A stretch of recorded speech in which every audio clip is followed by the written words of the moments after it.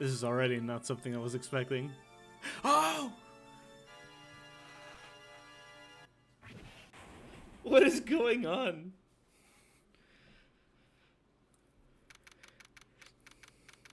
Hey there, everyone. How's everyone doing? All right. So, today we are continuing our adventures of playing Phoenix Wright.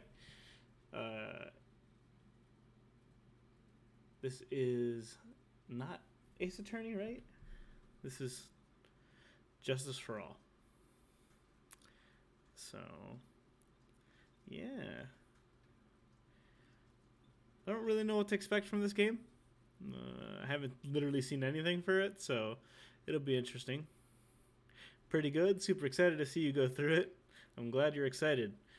I don't know if I'm concerned, worried, or just plain ready to deal with this. We'll see. I have literally no idea what to expect. Seeing how I've played the first one and I like the first one, this is probably going to be good too. We'll see. I haven't heard anything bad about this game, so yeah. Let's see what this has in store for us. September 8th, 9:08 a.m. District Court, Defendant Lobby number 1.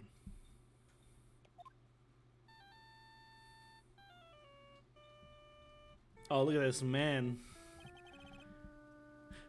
What a nightmare. And I bet it was this ringtone that caused it.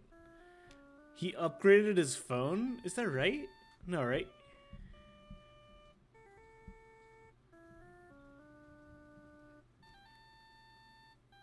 Man sleeping on the couch. I really shouldn't be dozing off right before a trial starts anyway. Oh. You must be really tired, Phoenix. Huh. Looks like they hung up.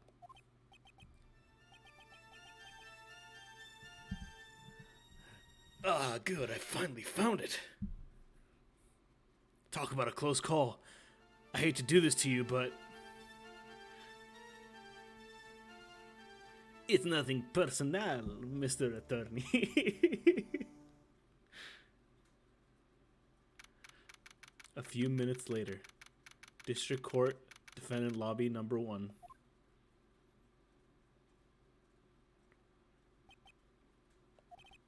Ow, my head! It's throbbing. Why does it feel so foggy in here? In there. Ooh, what is this theme? Oh! Good morning! Ah! Good morning. What's wrong? You don't look well. People are at their best first thing in the morning. Where's that fighting spirit? Sorry, but can you please turn the cheeriness down? My head sort of hurts. Roger that. Am I in trouble or something? Huh? Trouble? Wait, never mind. You're a policewoman, right? Thought maybe I had done something wrong. What are you talking about? I'm the one in trouble. What? I'm placing my life in your hands today, Mr. Phoenix Wright. Life in my hand? What's going on? You promised me. You said you'd prove that I was not guilty. Not guilty? Just when I thought all hope was lost, when all the other lawyers had laughed me off. Leave it to me, you said. You, the one and only Phoenix Wright, came to save the day. Uh-oh.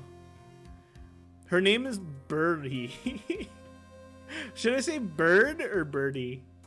I feel like it's a hard E.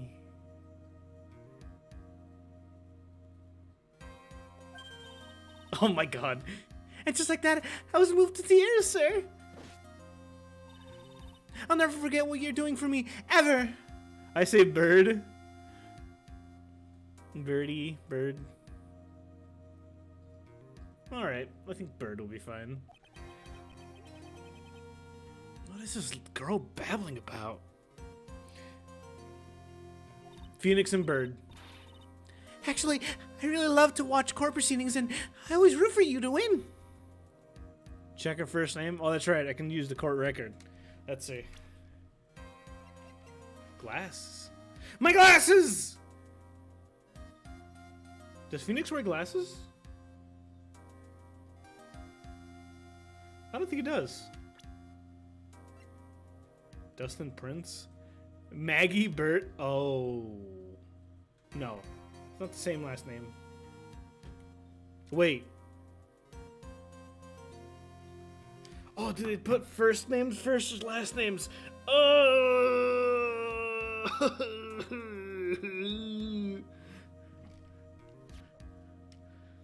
Age 22, gender female. My client. The only thing I can recall is that she's a policewoman.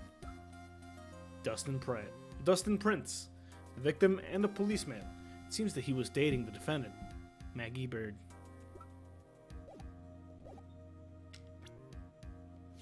Attorney's badge. It's my all-important badge. It shows that I am a defense attorney. Get it? Maggie Bird? Dustin Prince?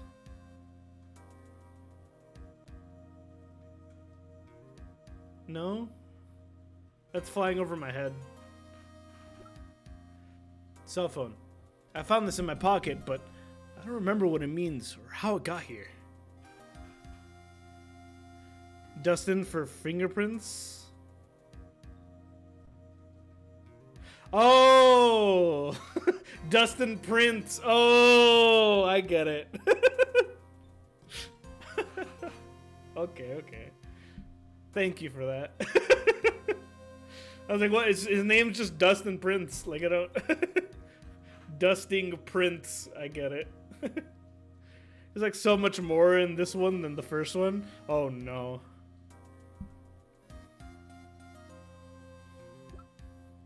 Dustin's autopsy report. Time of death, 9/6 at 6:28 p.m. Cause, broken neck. Body was also covered in bruises. Oh, wow. Okay.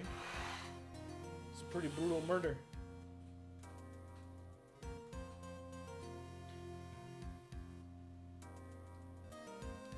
Maggie Bird. Oh, magpie bird. Yeah, I didn't know that it was like a magpie. Glasses. Received during the preliminary hearing. Found under the victim's body. Pieces of nearsighted lenses were found nearby. Okay. When I'm off duty, I like to come here and... What's wrong? I've been acting really strange and you keep staring at me. You make me kind of nervous, sir. Oh, sorry. I'm afraid to ask, but here goes. So, this might sound bad, but, who are you? What? Mr. Wright, how can you say that? How can you do this to my fragile heart of a girl about to go to trial? You're absolutely horrible. No, I mean, I didn't mean it like that. Is this how a defense attorney treats his clients, sir? I can't believe this. No, it's just... Oh, I think you have the wrong person. Yeah?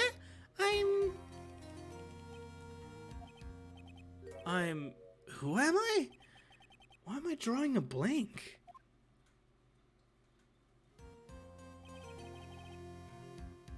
The trial begins shortly. Will the defendant and her lawyer please proceed to the courtroom immediately? The trial's about to start. I'm counting on you in there, okay? I guess I must have amnesia. Oh, is this how they reset him? Reset him back to 0? Let's see. What can I piece together? From our conversation, I could safely say that I'm probably a defense attorney. And that girl said I'd prove her not guilty. I can't believe I made such an irresponsible promise. Someone please! Tell me this is just a bad dream. Why do I get the feeling this is one dream I won't be waking up from?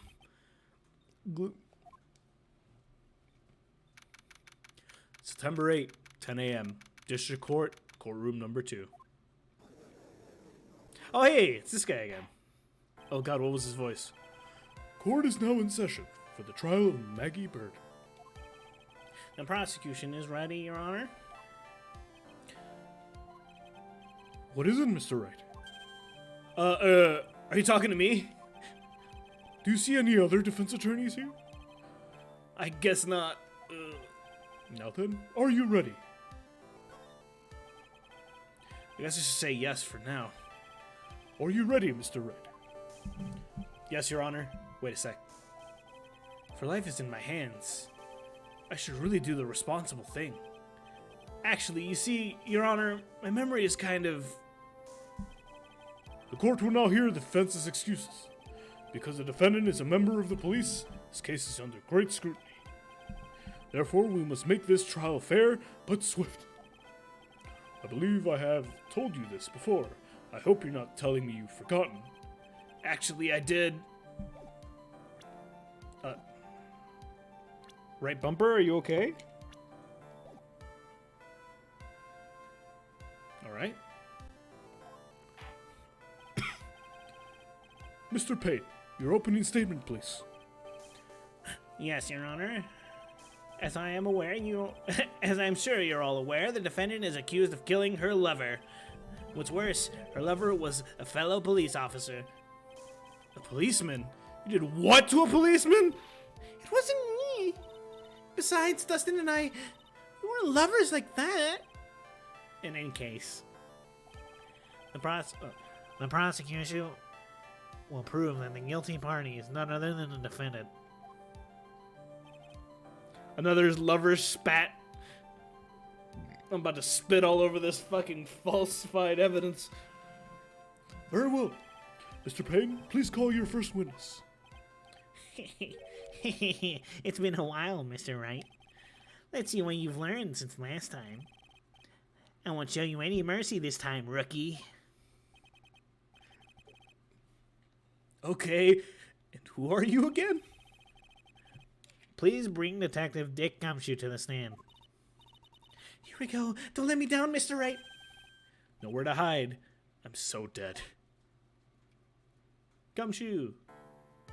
Oh, he looks so sad. Witness, please state your name and occupation. My name is Dick Gumshoe, sir. I'm the detective in charge of the homicides down at the precinct, sir. Well, maybe a sadder tone would be better. I'm the detective in charge of homicides down at the precinct, sir. You don't look very well, Detective. Well, sir, the defendant, she works under me, so, you know. You work under that detective? Yes, sir. And while I was a trainee, he was always watching out for me, sir. He's such a wonderful guy, sir. I'll never forget what he's done for me. Okay, calm down. I believe you. Detective Gumshoe, please describe for us the details of this murder. Yes, sir. It happened at the park near headquarters. Expose Park. Oh. New theme. The victim was the one of the local cops, Dustin Prince. He was pushed down from the benches on the upper path, sir. The landing beat his body up bad and snapped his neck. The details are listed in the report that was distributed yesterday. Oh, yes. The autopsy report, correct?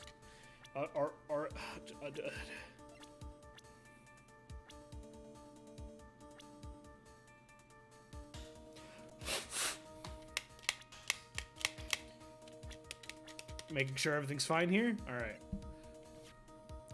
Time of death 9/6 at 6:28. Broken neck. Body was also covered in bruises. Okay. Double checking just to be sure. Wait. Why do I now remember getting a copy? 9/6 at 6:28. Okay. I see everything is in order here. Even the estimated time of death is unusually well documented. The victim's watch stopped from the impact of the landing, sir. The results of the autopsy confirmed the time of death. If I may, Your Honor, the prosecution would like to submit this photograph. Very well. court accepts this into evidence. But where is it? Boo! Oh, there we go. Crime photo added to the court record. Now then, I recall that yesterday's preliminary hearing. We'll have to wait because I'm reading this. The victim fell from the walking path above. Touch and check buttons. Interesting.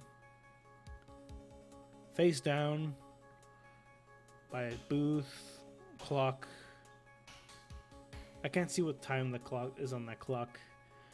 See his hat's over there. We see something that looks kind of like a snake in the background. That's probably like a bench. Shadow's kind of off. We see 4 people up there. So it'll be interesting. A very important piece of evidence is brought to our attention. Yes, Your Honor. Yes, sir. Yeah, I guess. Mr. Wright, is your head on right today? There was a very crucial piece of evidence found under the victim's body. Was there? Have you lost your mind? Well, actually, it's just nerves. Give me a second. What? How can you talk like such an amateur? I thought you were a pro, sir. All right, sir. I'll help you through this. At a time like this, maybe you ought to take a glance at the court record.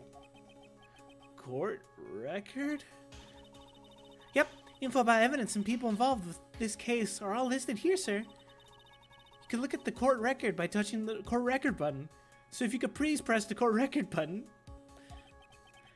The court record button? You really know what you're talking about, huh? It's too bad I'm a cop, right? Just think I could totally be a legal aid instead. Mr. Wright. Yes, Your Honor. Court is in session. Save your chit-chat for later. Sorry, Your Honor. Well, I guess I'd better check this court record and see what I can find. You know, the one at the top right that I should press. What was it again? The court record button? God damn it. All right, Mr. Wright, let's see if your notes are in order. What was the piece of evidence found underneath the victim's body? A wallet. That's simple, Your Honor. A broken pair of glasses. That's right. The victim grabbed the criminal's glasses as he was being shoved, sir, and held on to them as he fell. Hey, why are you giving me that evil eye? Those glasses you're wearing. Yes, this is my spare pair. My spare pair? But these glasses they found at the scene of the crime are not mine, I swear, sir. Are you sure about that? Look, it was a coincidence that on the same day I accidentally stepped on mine. A coincidence, she says. Ugh. Your Honor, I have further evidence to present. Oh, you have more. And the evidence is very decisive. Very well. Let's hear from our witness about this evidence. Oh, here we go. Ooh, it's a lot more sadder this time. There's something even more incriminating than the glasses under the victim's body, sir. During his date, the victim was pushed from the bench area, but he managed to write the culprit's name on the ground where he landed.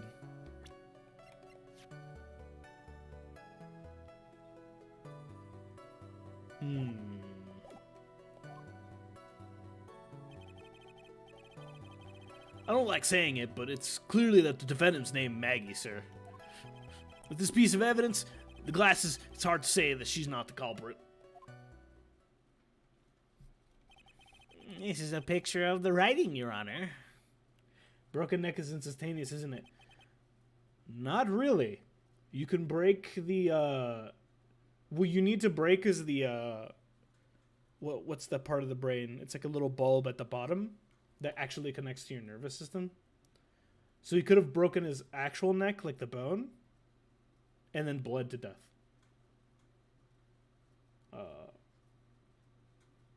If he didn't snap that part of the nerve.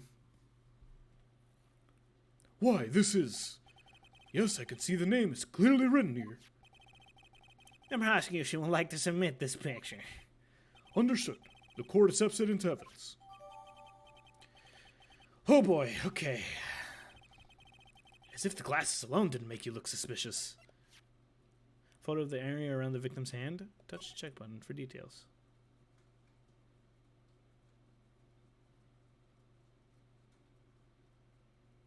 Interesting.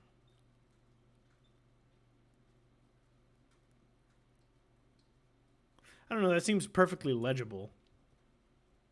I don't know, I'm calling sus.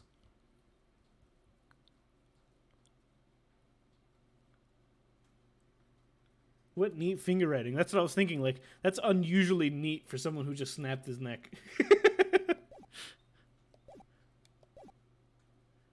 Wouldn't he be, like, frantically trying to write it down? The victim even wrote your name clear as day on the ground. But, I already told you, those glasses aren't mine.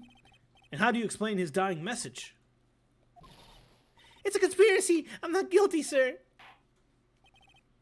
Mr. Wright, you may cross-examine the witness. Cross-examine? This is it. I'm counting on you. Ooh. I like this theme. Sure, but what am I supposed to do? What? This isn't like you at all. Normally, this is the part where you get the witnesses' faces. Get in their faces and do what? I guess there's no way around it. Okay, I'm going to lend you a hand. The prosecution's witnesses all hide things from the court, which means they lie from time to time. Lie?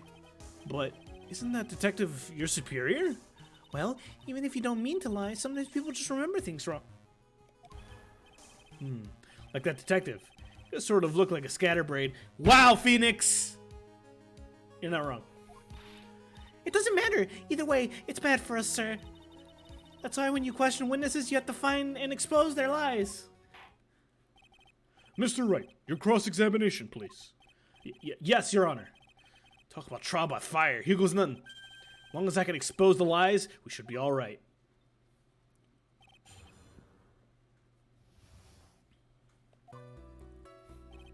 What? A health bar?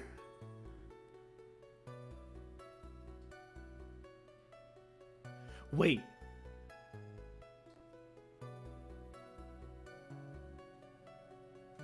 Wait, no, wait.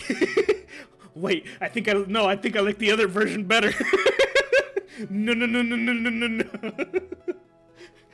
You're gonna start taking points off for pressuring people.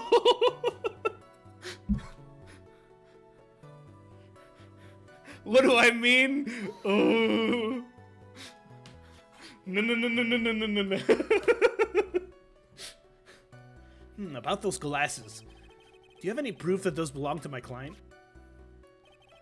The lenses are for nearsightedness, and they're almost the same length as hers. Even the frames look kind of like the ones she's wearing in her ID, pal. What should I do now? Leave it be for now. We're in real trouble if those glasses really are hers. It's probably better to back out while we can. Why don't you believe me? I saw the HP bar early. That makes me worry.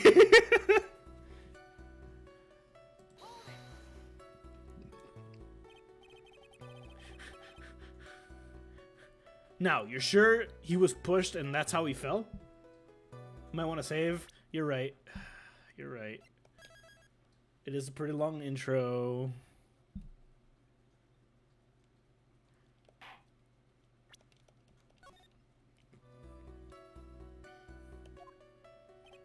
Yeah, pal.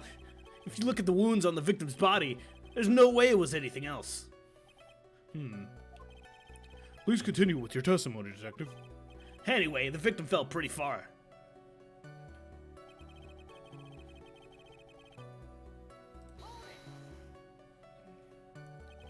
The culprit's name? Yeah, I was surprised too. I didn't want to believe it, but... Was the name that of my client? That HP bar is showing way too early. I really don't like that. Are you absolutely certain? Sorry, pal, but that's what it said. This is a picture of it. No matter which way you look at it, it still says Maggie.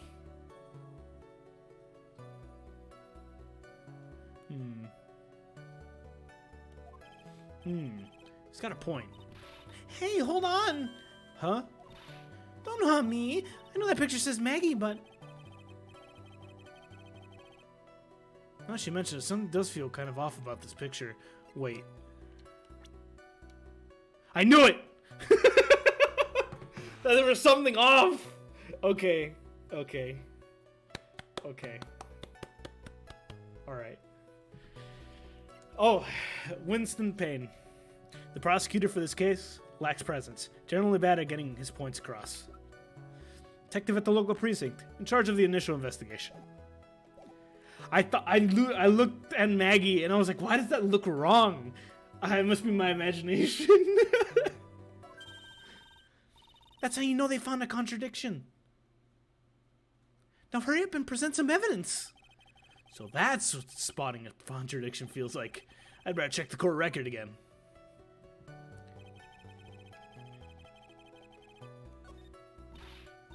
Oh shit. I'm glad you're all pumped up, but... I really want to see your special move, sir. My what? You always look so cool when you present evidence. Present evidence? Oh, that present evidence. Actually, I was just thinking about that. Yes, the Great Phoenix Raid is back. Oh, that's right. Huh? I heard that lately you can present not only evidence... Son of a bitch, no! I was hoping that they weren't going to add that to the fucking... Oh, fine. For the sake of progression. It sure makes things a bit more complicated, so be careful, sir. Yeah, it does. People's profiles, huh? Alright, let's give it another try. No.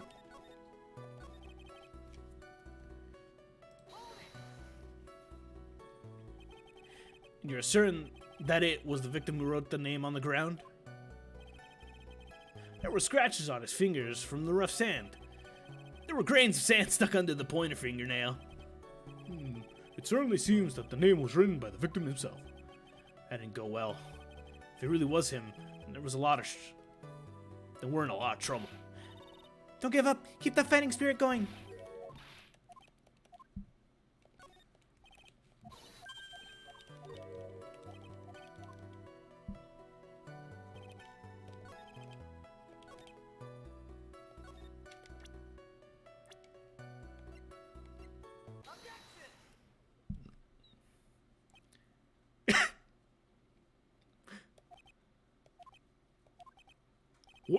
What is it?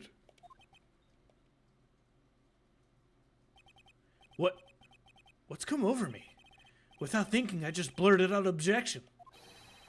And I yelled it at the top of my lungs, finger outstretched, ready to take on my opponent. What a rush! Oh, what's this theme? Yo! This is good! Shit slaps! Detective Gumshoe. You talking to me, pal? Please state the defendant's name for me. What are you trying to prove in this funeral exercise, Mr. Wright? You'll see, this is a very crucial line of questioning. Actually, Mr. Payne, you can answer the defendant's name, if you please. Where is this ridiculous questioning coming from? The defendant's name is Maggie Bird. I think someone needs to check the court record. Oh shit! Phoenix on fire! What? It says right there that it's Maggie Bird. Ah! It looks like the bird caught the cat napping. Oof. What's going on here? I have no idea either, sir. As you can see, the victim did indeed leave a name Maggie. However, the defendant's name is actually spelled Maggie. This is a blatant contradiction of facts. Oh, how about that? I didn't even notice. But maybe the victim didn't know how to spell her name correctly. May I remind you that it was you who said, the defendant is accused of killing her lover. If they were truly lovers, it would be impossible for him not to have known her name. On point. No! Gremlin noises. This is very true. Mr. Payne, Yes, Your Honor. are you absolutely certain that the defendant and the victim, Dustin Prince, were in fact lovers? Yes, I am quite certain, Your Honor. They were a well-known couple in the police force. Detective Gumshoe, please testify to the court the relationship between the victim and the defendant. Yes, sir. Yes, sir. Boo, boo. Dustin and Maggie, sitting in a tree. Officer Prince and Officer Bird had been going out for about half a year. It sounded like they were even talking about marriage. The day of the incident just happened to be the victim's birthday, sir. Officer Bird had gotten Officer Prince a present. It was something she had gotten over 2 months ago. I should know, because she came to me to ask what she should get for him.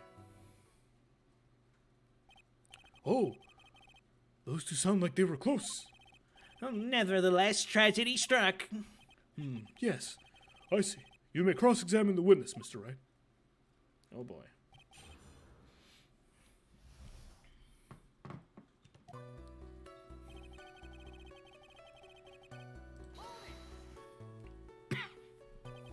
How do you know about this?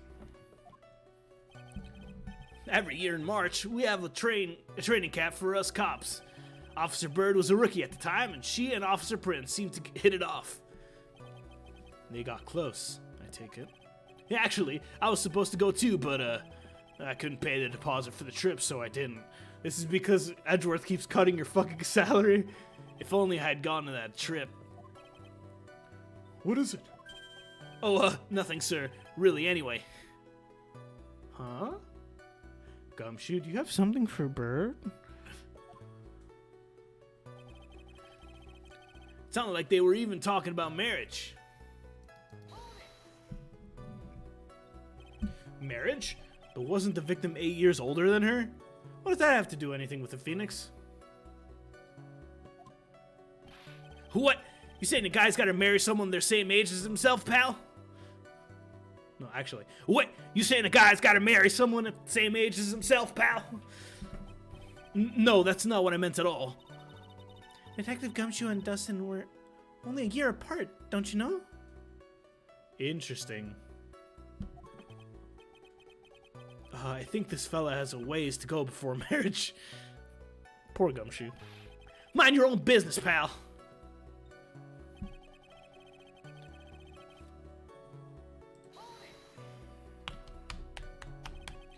Day of the incident. You mean September 6th?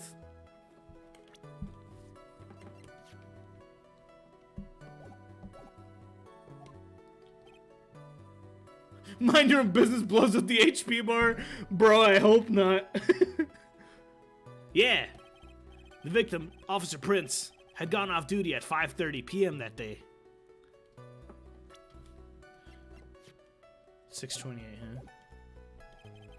And since Maggie's night shift hadn't started yet, they went to the park for a bit. Oh, I remember when I was young and in love. Oh, it was a jolly time. That's great, Your Honor. I'm glad you're such a cheerful old man. Oh, man, I really don't like seeing that HP bar that early. Man, like, that gives me fucking anxiety.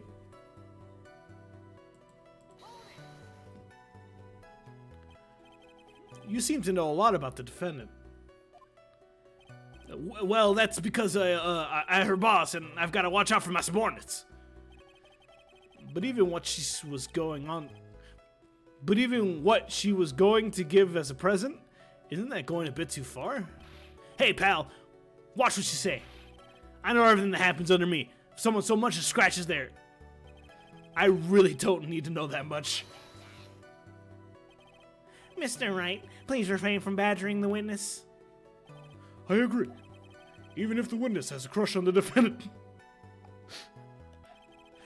That should not be the point of the discussion at the time. Whoa, wait a second. Why are we talking about this? It's all your fault, pal. You're guilty, guilty, guilty. I should have you arrested. I think the good detective is all about done here.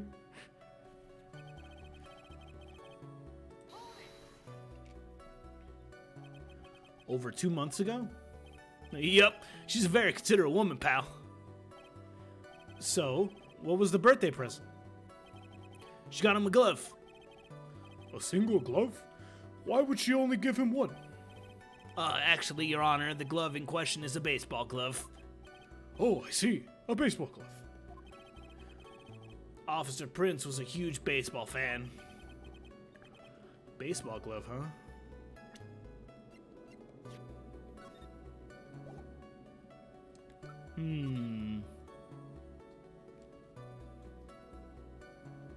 You can't just call someone's crush out in public. That's embarrassing.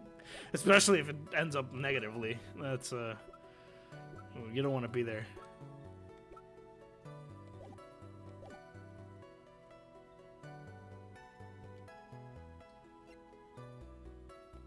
For now, I'll leave it. Well, it's just a birthday present. There are no further questions, Your Honor. Witness, what do you know about this glove?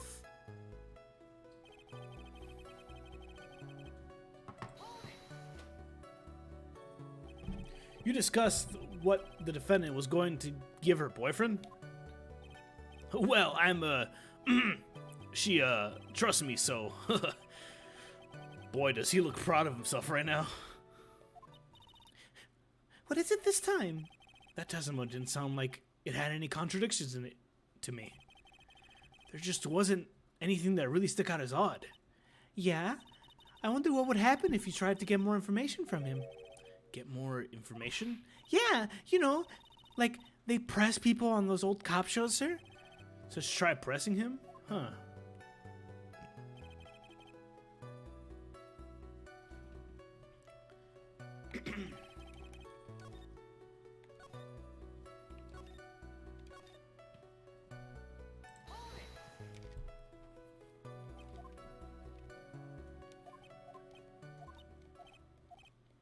Oh.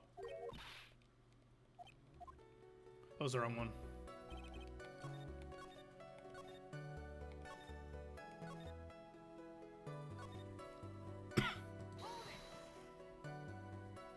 What if the killer was Gumshoe? Honestly, he has a motive.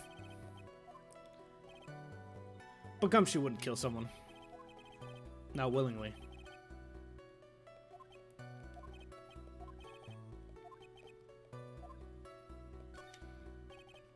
Just now, I believe you said that the present was something she had gone over 2 months ago? Yeah. Are you saying she went out and bought the glove over 2 months ago? He wouldn't want to disappoint Edgeworth after all. It's true. His true lover. Nah, nothing like that, pal. Then what is it like? She ordered it. It was custom made. Custom made? The glove was custom made? Yeah, that's what I said. So the glove was custom made. Your Honor, I really don't see how this glove is related to this case. Yes, it would seem that there is little relevance. What do you think, Mr. Wright? Do you think this glove is relevant to the case?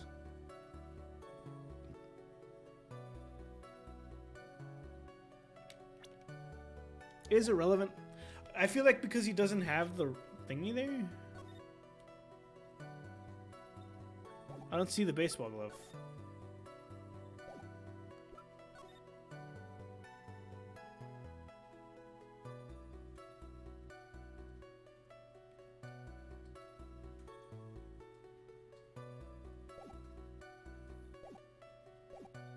I think it's relevant. I don't know where this will lead me, but of course it's relevant. The glove is the key to the whole case. Yes, bluffing to the max. Now this is the Mr. Wright I know. I'm so happy you're back, sir. I was wondering how long it'd take. This is great. Pressing people? It feels like I've done this before. As if I've used to do this, squeeze information from even the most tight-lipped people. Very well. If you are that convinced, then let's hear some more about this matter. Actually, I brought the glove with me today. And? Why didn't you say so earlier? Hurry and show us the glove to this court. Well, I didn't think it had anything to do with this case. Anyway, this is it, sir. It looks like bananas. This, rather yellow, isn't it? Baseball glove added to the court record. Officer Prince really liked the color yellow. Baseball glove, a birthday present from Maggie to the victim. It was custom made, so there are none others like it.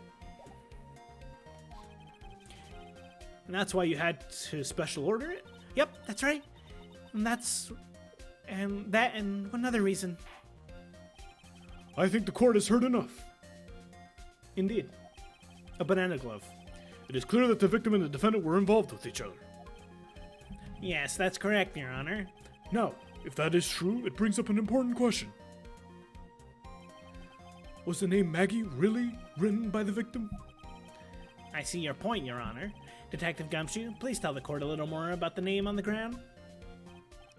Yes, sir.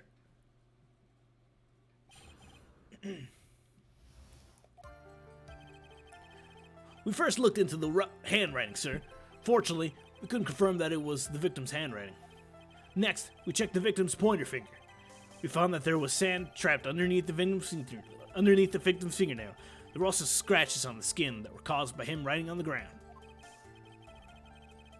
From this, we could confirm that the victim wrote this name with his right hand. Wait! Yes, a perfectly logical conclusion. This is a right-handed glove.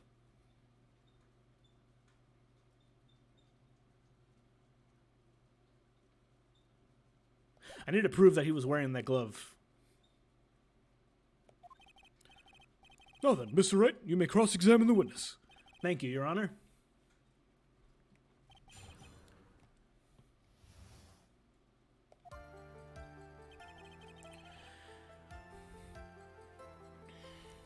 We first looked into the handwriting. Unfortunately, we couldn't confirm that it was the victim's handwriting. All right. And you're pressing. But can you really determine the handwriting based on a sample written in sand? This is why amateurs are amateurs.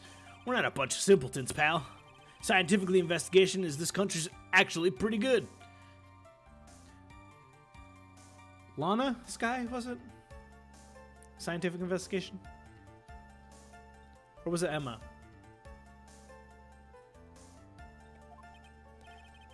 I believe it's time for you to get back to the real point. Agreed, Your Honor. So what's the result of the investigation?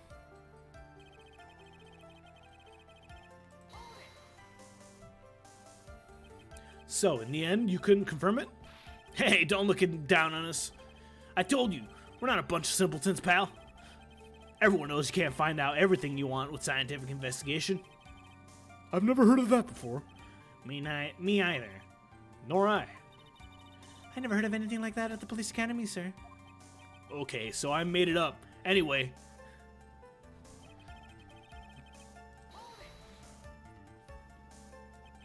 His pointer finger? You know, the one that you're always pointing and waving around in people's faces? Don't tell me it bothers you. Every time you do it, I have a mini heart attack. It's like you're trying to kill me, pal. In any case, you'd examine the victim's index finger, correct? Yeah, we figured that there should be something on the finger if he had written in sand. And the results?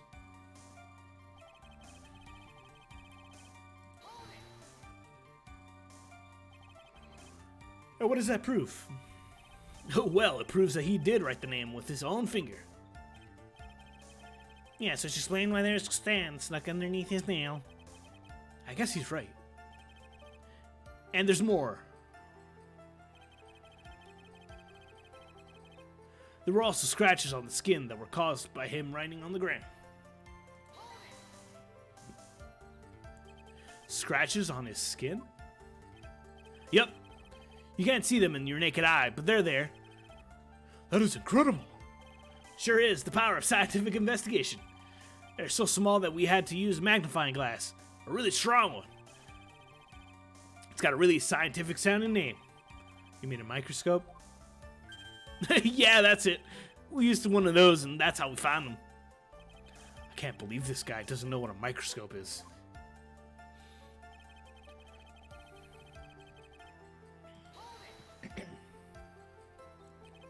Are you absolutely sure? I believe in the power of science. I wonder if my evidence is solid enough to counter with. Oh.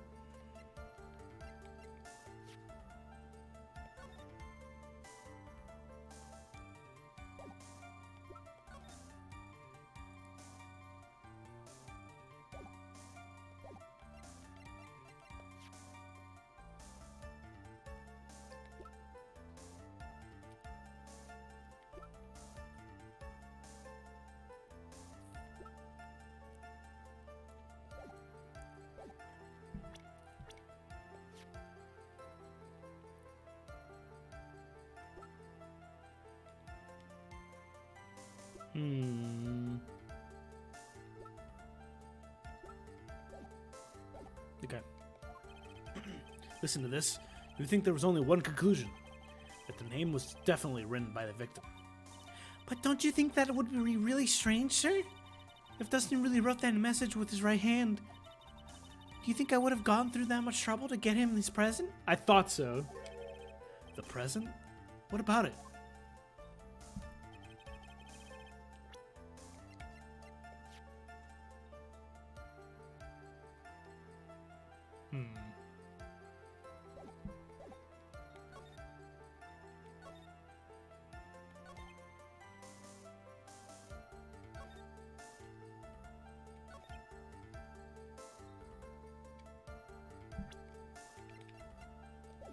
Before I try anything, I'm going to press him further on this. Hold it!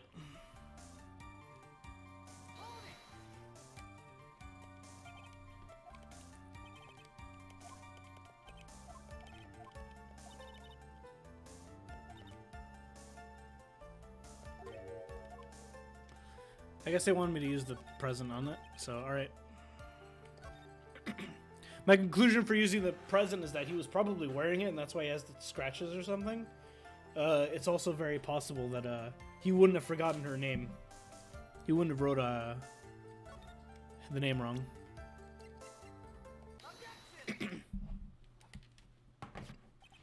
Detective Gumshoe, take a look at this. It's a banana. That's the glove, right? Could you tell the court what is special about this glove? What's special? I never really thought about it, but it's really yellow.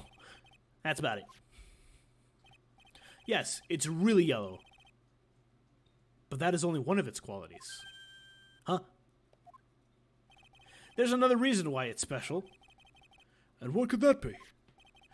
It's very simple. This glove is made for a left-handed person. Because you throw with their main hand. Fair enough.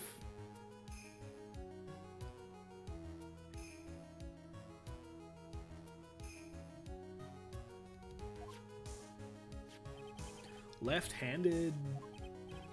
Why, you're absolutely right. The glove is made to be worn on the right hand.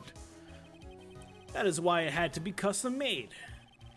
I have never seen a bright yellow left-hander's glove for sale, have you? Well, no. So, Detective, which hand did the victim use to write the name with again? That's easy. Look, it's obvious from this picture that it was his... Wait a second. Don't forget that the victim was left-handed. Ah!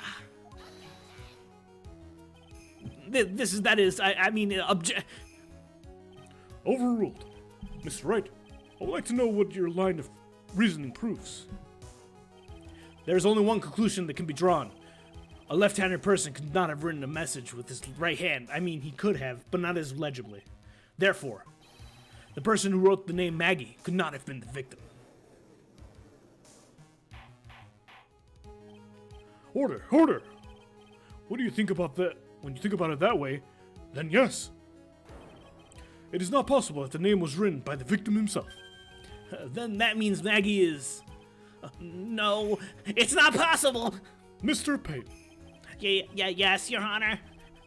The evidence the prosecution has presented has failed to prove the defendant's guilt. In fact, I believe you have proven her to be innocent. Oh! All right, you did it, Mr. Wright. Whew, I feel like I can breathe again. It seems that we have reached the conclusion. You did a fine job once again, Mr. Wright. Me, Your Honor? Oh, well, thank you, sir. So you got complimented by the judge again. You're really good. That's why you can't give up at being a lawyer, sir. Are you joking? I'm more than ready to retire. I will now announce my verdict. This court finds the defendant, Maggie Bird. No, not yet. I mean, please give me a few more minutes, Your Honor. What is the meaning of this, Mr. Payne? The prosecution is not finished yet. What do you mean? We would like to call our next witness to the stand. What? Another witness? And what did the witness? The moment the victim was pushed to his death. What's more, he saw the very face of the culprit. What the heck?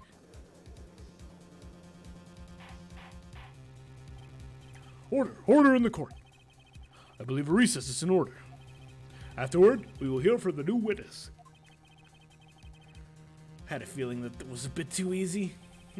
I need more information. I'll have to see what I can find out during the recess. Can't let my guard down. It's only going to be tougher from here. Court is adjourned from recess. For recess. Pieces.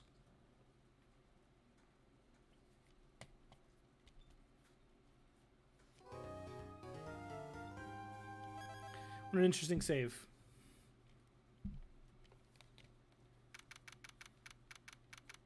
September 8, 11:43 a.m. District Court, Defendant's Lobby number 1.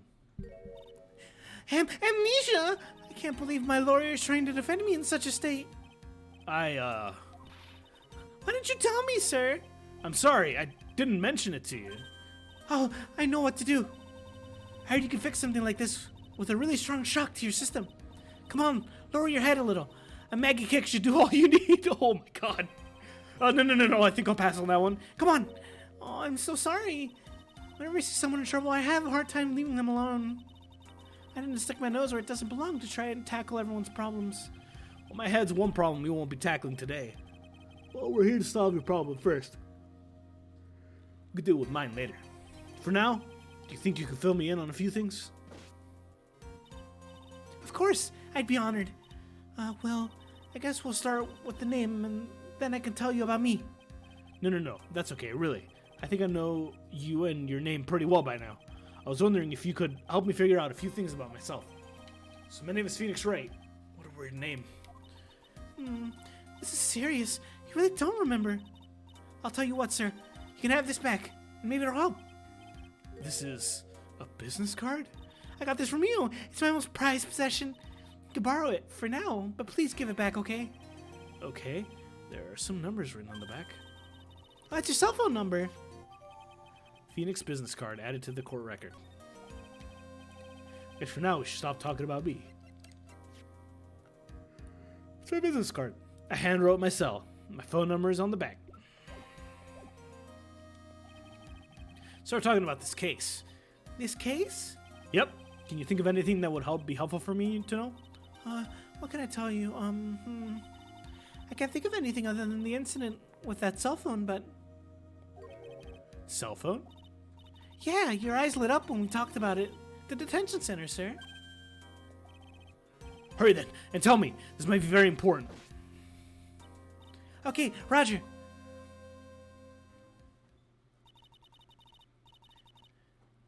was on the day of the crime, just before 6 p.m.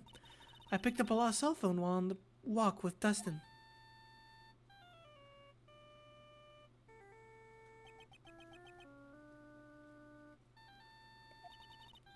All of a sudden, the phone began to ring. Hello? Oh, thank you. I've been searching for my phone. Is this yours? Oh, I'm glad you called. We can meet up and I can give you this back. I'll be right there. I'm sorry, I didn't catch your name. You can call me Maggie. Interesting. The smoking gun. He wouldn't have known how to spell it. Dustin and I waited for the person to show up, but they never did. So where's the phone you found now? I gave it to you yesterday. Huh? To me? Is that phone in my pocket? You mean this? Do you think it was anything to do with the murder? I don't really know, but if my eyes lit up... Ah! You were here all along! You're so mean! I called you a million times and you wouldn't pick up. And then I checked the courtroom and everyone had left. Ah! Now who the heck is this? Let me guess, I'm supposed to know this girl too. Hey, good morning, Maggie. And a good morning to you too, Maya. So, how's it going? Is there a word for worse than abysmal? Oh, what I said, everything will be fine. That's right. It's Maya to the rescue with the ultra-decisive, super important evidence. Here you are, Nick. The thing you wanted me to bring. Huh? Oh, thanks. What the heck is this? A list? It's about 20 people's names and phone numbers written on it. It was kind of tough, but I managed to find some dirt. It looked like these guys are up to no good. No good? As in... There's a group of con artists the police are currently investigating. I think these guys are members of that group. Name a list added to the court record. Why would a group of con artists pop in a case like this? A list of unfamiliar names and phone numbers. Members of a con artist group?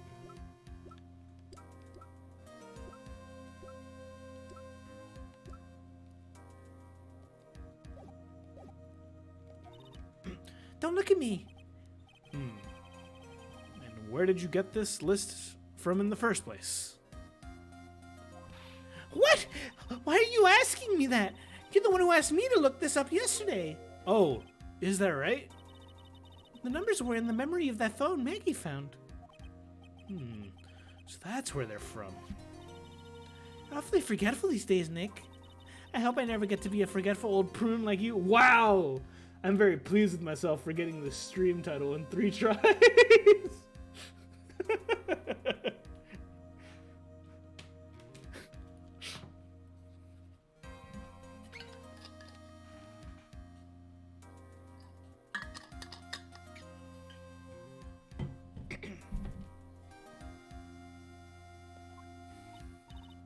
Welcome, Baki, by the way.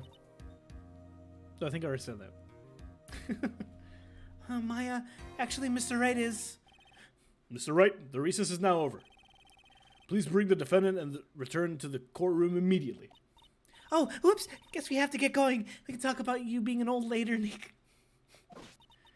Wish us luck. I guess I have all the pieces now, more or less. All that's left is to put it all together. I'm not going to lose this. I can't. Come on, Nick. Better get a move on. Yeah. She's back from her spirit medium training. Does that mean she's an actual spirit medium now? September 8th, 11:54 a.m. District Court, courtroom number 2.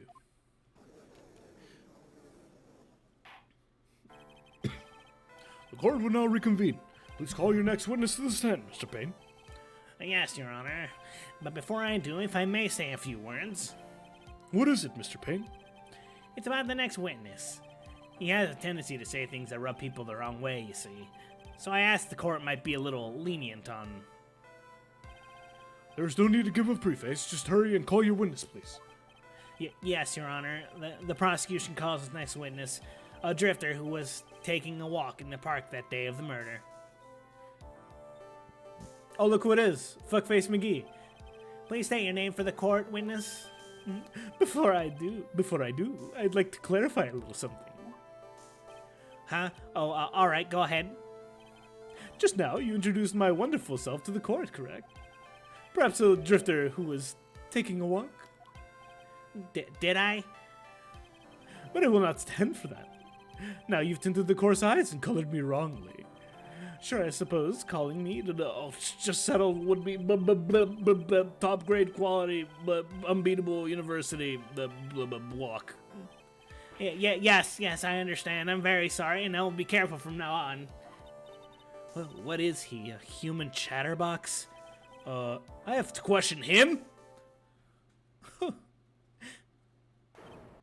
Fashion, cars, women, glasses, and of course university first rates only need to apply. Glasses? You aren't wearing glasses. Not at the moment. But you should be. That's enough. Your name, witness. Oh, is that how you want to play this? Using your power and influence to keep young people down? I see how you work now. You old people and your dirty tricks, you thought you had me, but you thought wrong. I'm sorry. It won't happen again. Oh, man. I forgive you, alright? I suppose I could tell you my name. I'm Richard Wellington. Fuck. The drifting virtuoso with a PhD in drifting, as it were.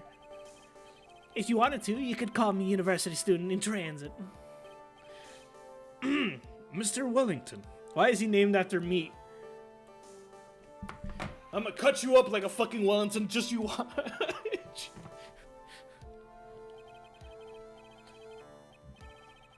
On the day of the murder, you were taking a strolling through the park, correct?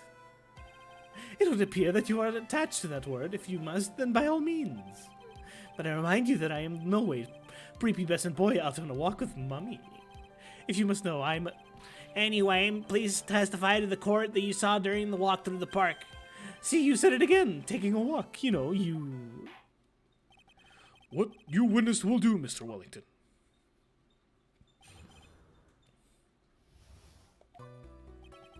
I was at the park that afternoon and deep in thought about my life situation. I don't remember the time at all that well, but I believe it was past 6.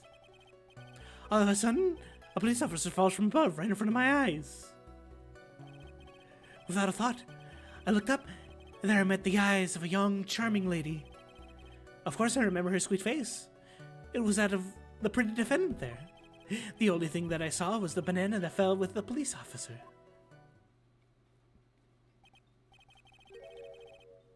That was certainly a decisive testimony. Decisive? Nick, did you hear what he just said? Yeah. That's all you have to say? How can you be so calm? It's strange. My mind is very calm and clear. Maybe it's because I believe in my client. You mean Maggie? Yeah, and if she really is innocent, then that can only mean one thing. That guy's lying. You may now question the witness, Mr. Wright. I'll find the truth, no matter how well you craft your lies.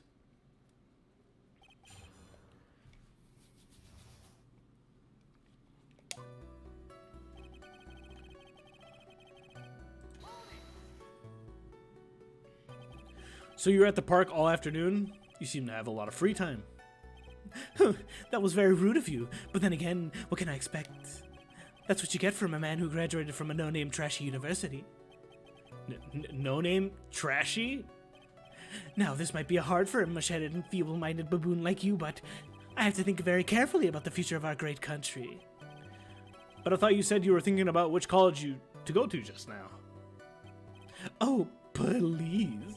If the university I go to will directly affect the future of this country. That arrogant little snot.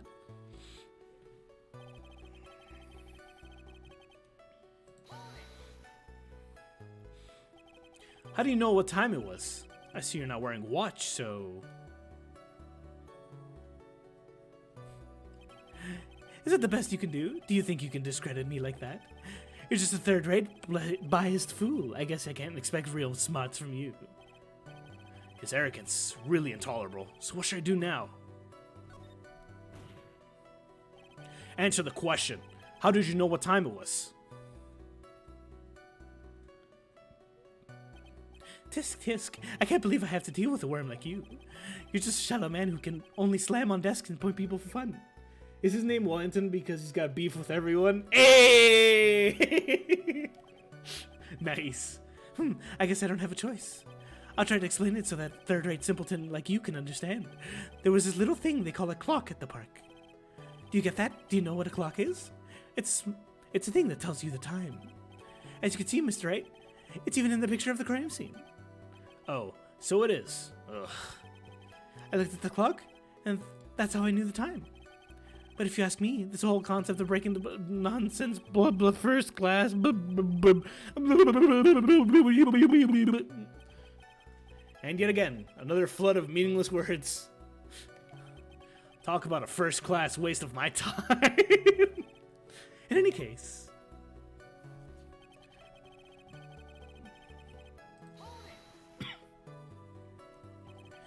And how did you know he was a police officer? You obviously have no idea how powerful my deductive reasoning skills are. With one glance, I could tell what kind of occupation he held. That shoddy do-it-yourself hairstyle practically... Oh, I was supposed it was also because he was wearing an officer's uniform. Shouldn't the statement have come first? It's funny that with amnesia, Nick is still full of sass. That's because it's his natural way of being. His base form is just a being with sass. Wow, that's pretty impressive. Hey, Nick, do you think he's figured out what I do? Even I haven't figured that out yet. Well, Nick.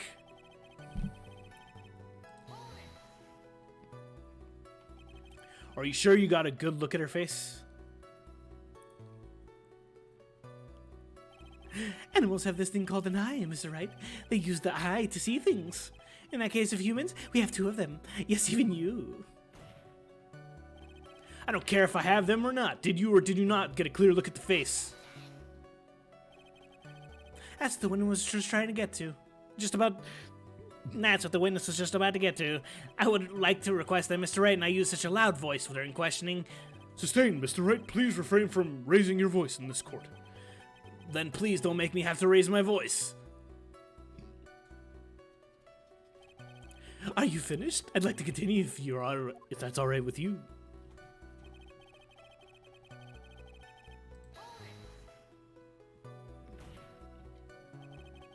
So you're sure you're not mistaken? Please don't confuse your little pitiful train wreck of a life with mine.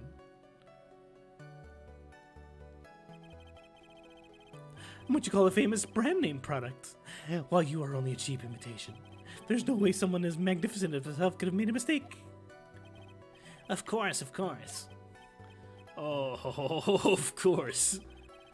Did you notice anything else of interest, witness? No, Mr. Wright.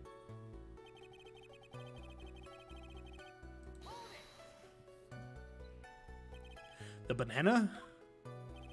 Well, it was actually more than just one, more like a bunch of bananas. Now that would a bunch of bananas be doing here? And why would I know such a thing? I'm only telling you what I saw. That's really strange. Megan never mentioned anything about a bunch of bananas. That's it, Nick. He's gotta be lying about the bananas. He could be, but there's no reason for him to lie about there being bananas at the crime scene. What if it's not a lie?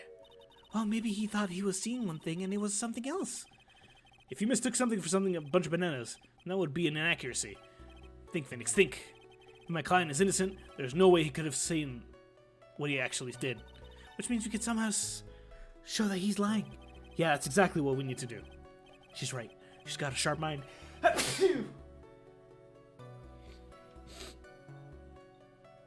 But I wish I could remember who she is. Is everything okay, Nick? That HP bar. No!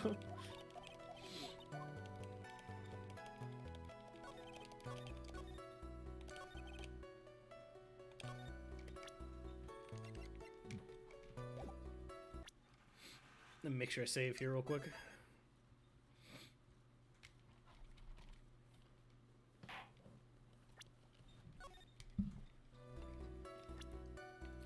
Take the banana.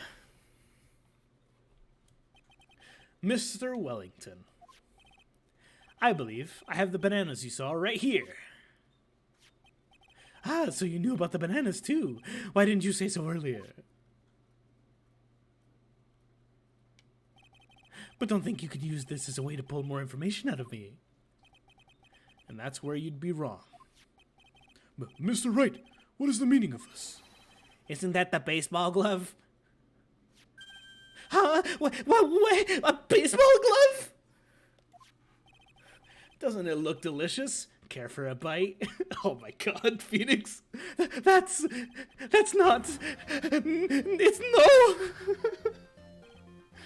Your Honor, I think this proves one very important fact. The witness By the way, just how bad are your eyes? Huh? What? Why are you asking me this all of a sudden? Your Honor, it is very simple. Mistake for a glove for a bunch of bananas. No, I don't think so. Objection overruled. Yeah, you're one of those people. Yes, you know what I mean. You're like the people who fused the Galileo. Oh, God. I cannot read that fast. Well, not that I can't read that fast. I can speak that fast while reading. And this is why I asked how bad your eyesight is. They're both 2025. I suppose you're going to tell me that's terrible, right? Why are you not wearing glasses today, then? It matches his fucking suit. The fuck nugget. That's because I lost them recently, you see. Of course, I was planning on getting a new pair made right away. But you know, my glasses are no ordinary glasses, so to replace them. How about when you witnessed the crime? Were you wearing your glasses then? Oh my God. How about it, witness? You're an unrelenting evil man. You're like one of those people who rejected Joan of Arc. Oh my God. Which boils down to you were not wearing your glasses at the time. Therefore, the identity of the woman at the scene of the crime and that of my defendant cannot be proven to be the same by this witness. But the height difference is only 9 feet. It was very possible for him to see the face of the culprit standing in the upper path. Witness, please be more accurate in your testimony. Remember, a person's life is at stake. Yes, Your Honor. No, then, please continue with your testimony. Please tell the court what happened next in the moments after you witnessed the crime.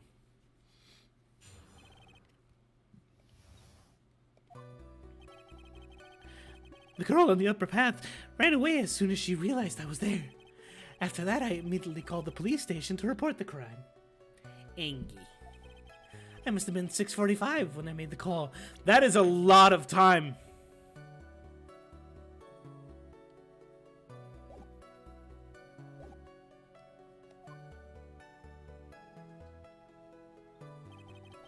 There must have been a lot of free time on their hands since they showed up within 10 minutes. Interesting.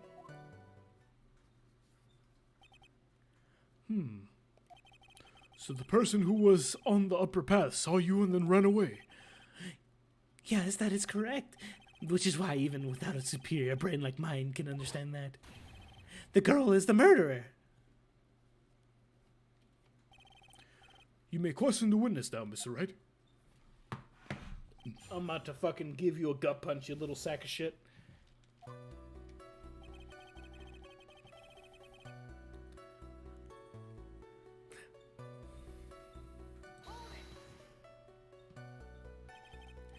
She ran away, just like that? Yes, she did.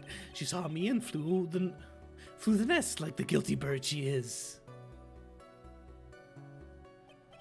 Oh, I'm sorry. Was that pun too hard for someone who only has a third-rate education? Actually, that did take me a few seconds to get. Anyway, if she ran away from the intent she saw you, how could you tell it was my client? The witness has already answered that question. He has stated that the defendant is the culprit. That is true, Mr. Wright.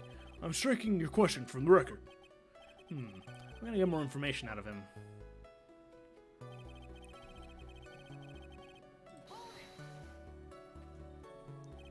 Immediately? As in immediately. I mean, sure, a minute might have elapsed before I did, but that's the duty of every good citizen. Or did they not teach you that in your pitiful school?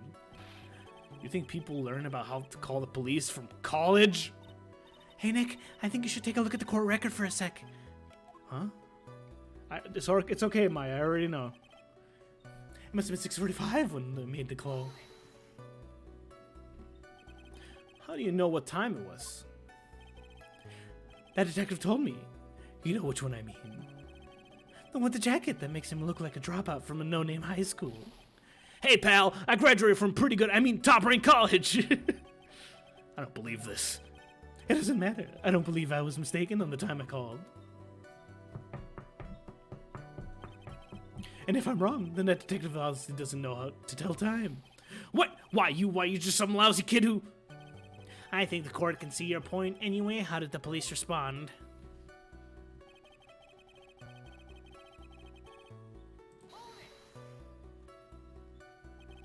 So you're saying that there was police on the scene at 7?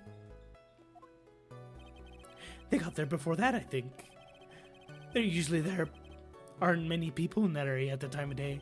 People suddenly, before I knew it, there were people crawling all over it, gawking. It certainly says something about the morals of the people in this country. I can't find anything out of the ordinary in his testimony. Why don't you take one more look at the court record? Yeah, I guess I should. Actually, I haven't checked this little idiot's fucking face. A self-proclaimed drifting virtuoso who is still looking for the right college. Well, he should go to right college. I immediately called the police station. Oh, I pressed the button before I could save. Mr. Wellington, could you please take a look at this? You mean the victim's autopsy report? According to this, the murder occurred at 6:28 p.m. So what of it? You said that you called the police immediately after the murder took place. However, by the time you had called the police, it was already 6:45. There is clearly a 15-minute gap. Do you deny it? Uh-oh. I think the court would like to hear what you were doing during this 15-minute gap. The witness was in shock at the time after witnessing a terrible murder. It's only to be expected that he would be a little dazed. Uh-oh, stinky. 15 minutes is hardly what I would call a little dazed. Ah! Mr. Wellington. Yes? Explain yourself. What were you doing during those 15 minutes? Answer the question. The telephone, spit it out. I was searching for a phone booth. I'm about to fucking send you to another fucking dimension, you blue prick. A phone booth? You mean you don't have a cell phone? Pow, pow, pow, pow, got him!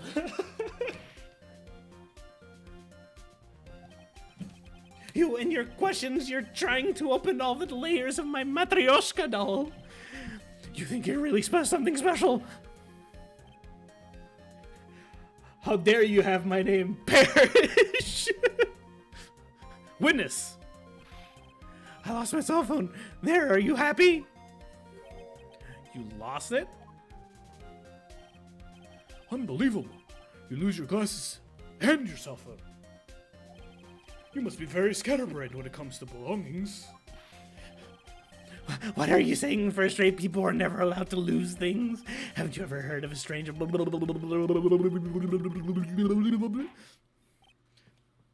Enough. Oh man, oh man. Wait, hold on a second. He lost his cell phone? Nick, the cell phone, could it be? You mean the cell phone Maggie found? There's no way. Boy, I didn't see this coming. What should I do now? Mr. Wellington, where is your cell phone right now?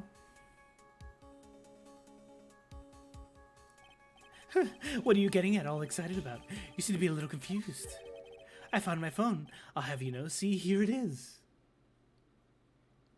Whispers, he wasn't saved. Oh, I see. It looks like he got his phone. And I thought that was just that maybe this was his.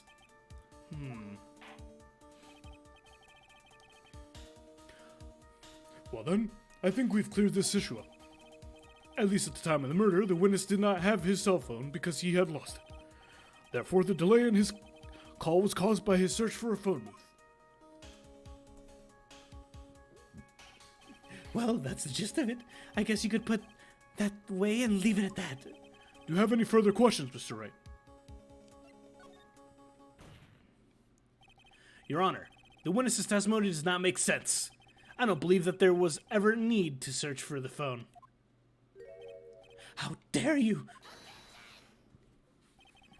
You can't just make outrageous claims like that. You do have some sort of proof, don't you? Well, yeah, of course. This evidence should be good enough, I think. All right, let's have the proof then. Which one is this? The first one or the second one? It's the first one, okay. Please present the proof that the witness has no need to search for a public booth.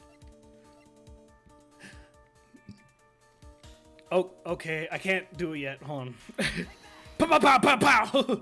It's quite simple, actually. Please take a look at this photograph.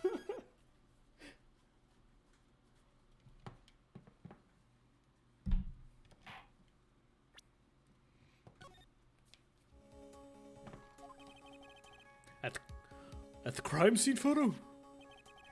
Is there a problem with it? Oh, there's nothing wrong with the picture. But if you don't understand my logic after looking at it, something is wrong with you. No!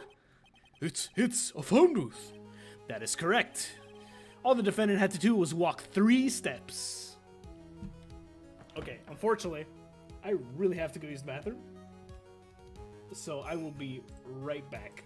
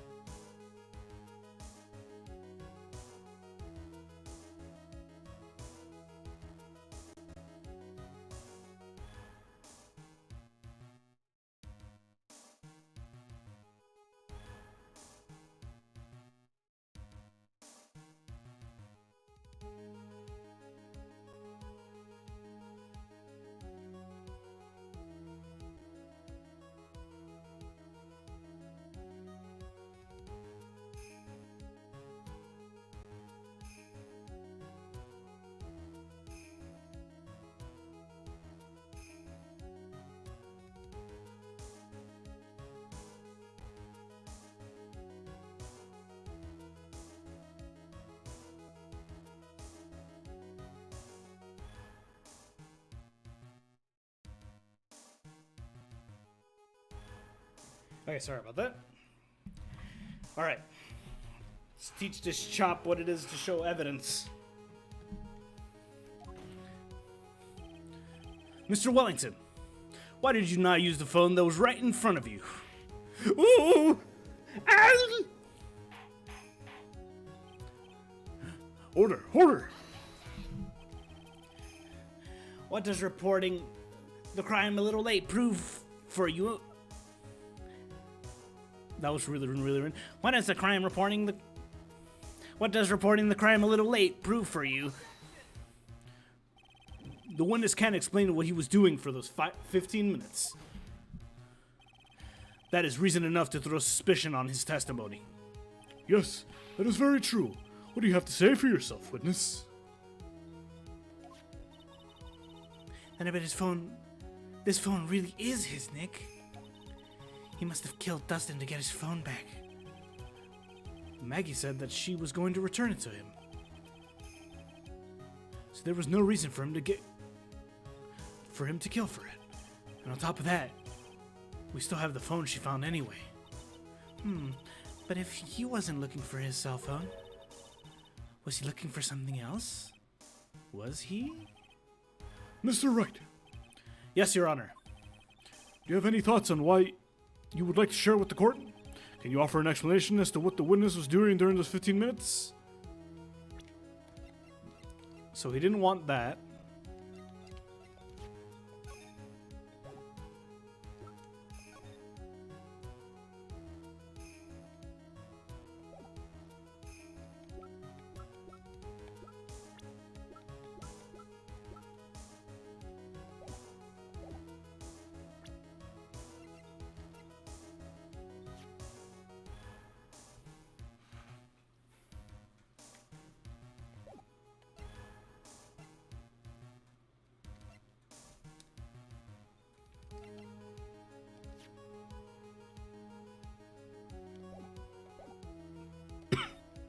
I'm gonna guess it has something to do with the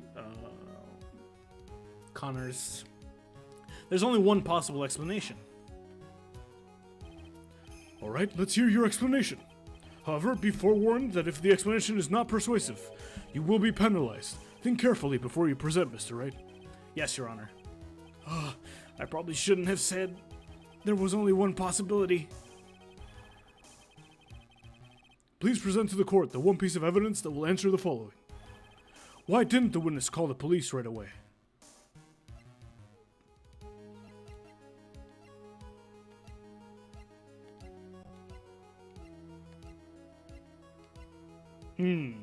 Why didn't the witness call the police right away?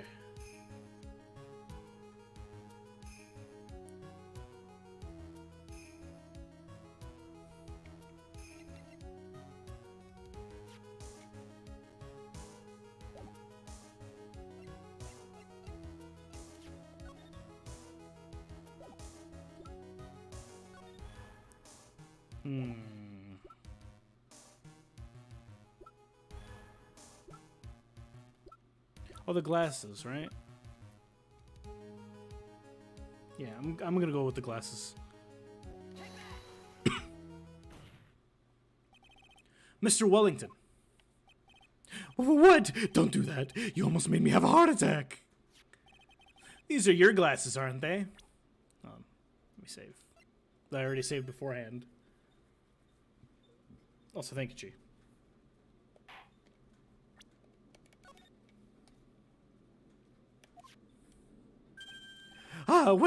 Where did you find? Ah! I believe the court has. I believe all the court heard what you just confessed to. That these glasses are in fact yours. I'll tell you where they were found, Mr. Wellington. These glasses were found under the victim's body. Under the victim's body? Order! No, wait a second, hold on. I didn't confess or confirm anything. Your Honor, I think the answer is quite clear here. As he fell, Dustin Prince grabbed the culprit's glasses. The culprit knew that he had to find his glasses and searched frantically for them. What he didn't realize was that they were under the victim's body. And that is why they took him 50 minutes to make that call.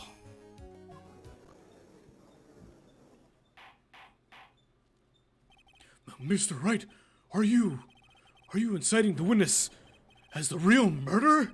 Of course. That's precisely what I am doing. Ooh. Ooh! Oh my god, he's gonna fucking snap his own neck. I know I'm right. He's the real murderer. Did you figure it out, Nick? More or less.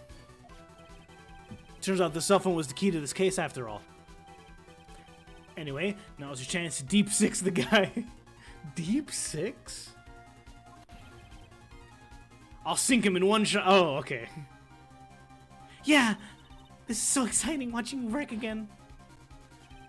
As in pool. Somehow my old self has come back to me. It's time to sink or swim. Everything rests on the edge of the knife. This is the moment I've been waiting for. Order! Your Honor, the defense is making a mockery of this court. Without a solid ground to stand on, he accuses the witness of being the murderer. Yeah, that's right. I am no criminal. This third-rate fraud of a lawyer. In that case, why don't we look at it from a different perspective? Let's hear your explanation as to why you are not the murderer. Why, that's easy. For example, there's the name the victim wrote. What about that? Oh, you mean the name Maggie? Yeah, even an idiot you can read that, right? But we already know this was not written by the victim himself. After all, the defendant's name is Maggie, and the victim was left-handed. So basically, you were saying that in order to make the defendant look guilty, the real criminal used the victim's right hand to write her name on the ground? But wouldn't that mean that the real criminal was someone the defendant knew? Otherwise, how else would the person know that her name was Maggie or Maggie?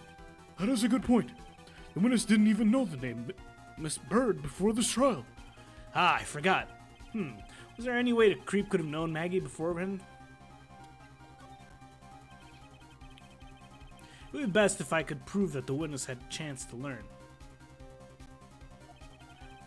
That the defendant's name was Maggie. No, will the defense please present its case?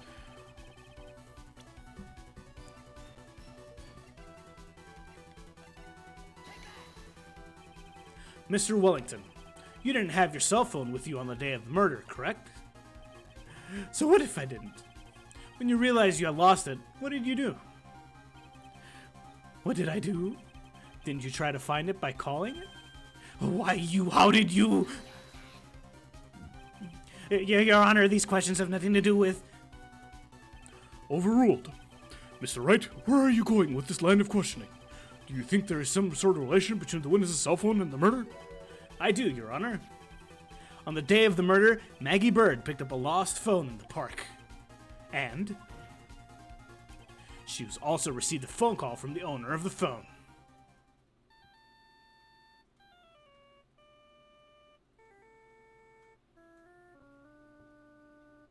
Haha, right on. Hey, how's it going, Bumble? Oh, it just keeps going. Moshi Mosh? Oh, thank you. I've been searching for my phone. Is this yours? Oh, I'm glad you called. We can meet up and I can give you this back. How about right there? I'm sorry, I didn't catch your name. You can call me Maggie.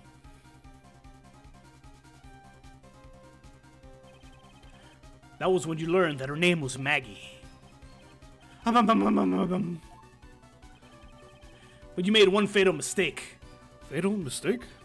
My client's name is Maggie, but the name was written on the ground was Maggie. This is a mistake that could only occur if all you knew was how the name sounded. Nothing much, just chilling, playing Phoenix Wright. How have you been? Eek!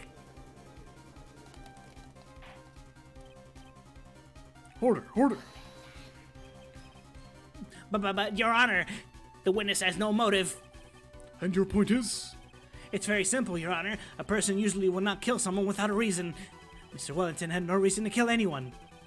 This is absolutely correct. I don't have a motive. Mr. Wright? Your Honor? Can you explain what the motive was that the witness could have had? It's very simple, Your Honor. Are you sure, Nick? If I said I can't offer an explanation, then the trial's over, right? Yeah, but... Now then, please present to the court the proof that the witness had a motive.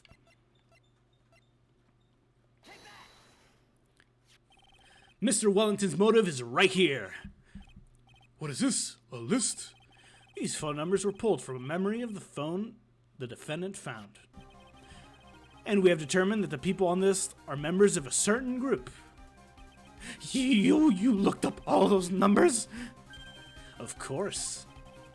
This list of phone numbers was stored in the cell phone's memory. The names and numbers belong to people who are members of a certain con artist group. What? Con artists? Can you explain why these numbers were on your phone, Mr. Wellington? This is an outrage, an invasion of privacy. Looking up the phone numbers on a person's phone is worse than a crime than murder. You're one of those people. You're just the cops that raided the artist. I don't care, Mr. Wellington. All I want is you to tell me what this list is about. Do you think any of you can care more than be Do you think any of you can know what it is like to be a refined man like me? Your Honor, this is unjust badgering of the witness. Objection overruled. Mr. Wright, what is the meaning of this? Why would the witness have the numbers of a group of con artists on his phone? Isn't that obvious? The witness is looking into the group. I don't know if he's a member of the group, so I'm gonna save. But it should be a member of the group, because that's why he would be sent out to get it.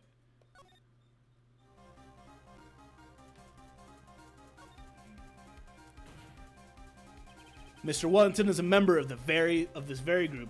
Make mistakes? No. No, I don't think I will. No. No. All of your friends' phone numbers are stored right here on this phone. If anyone were to look into the phone numbers, it would be all over for you. That is why you had to kill. No, this is too much. That doesn't make quite a bit of sense. Well, Mr. Wellington, would you care to explain? I got you now. That police officer. Oh, you did? Give me a second.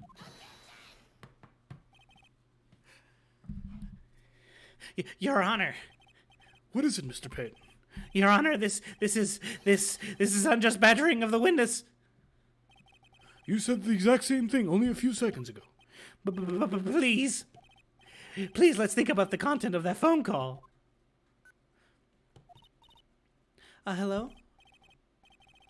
Oh, thank you. I've been searching for my phone. Is this yours? Oh, I'm glad you called. We can meet up and I can give you this back. The defendant had already promised that she would return the phone.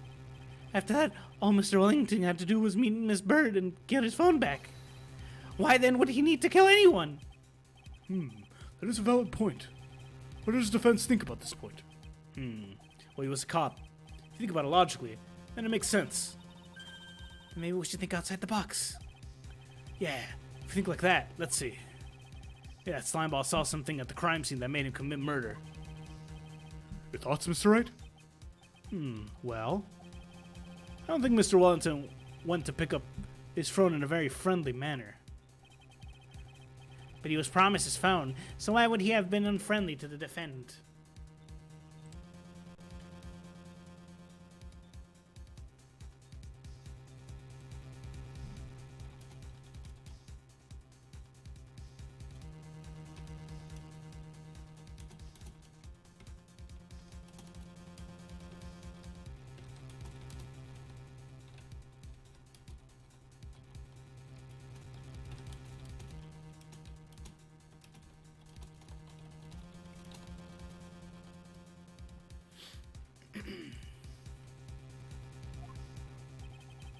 I think he must have seen something that didn't agree with him when he got there.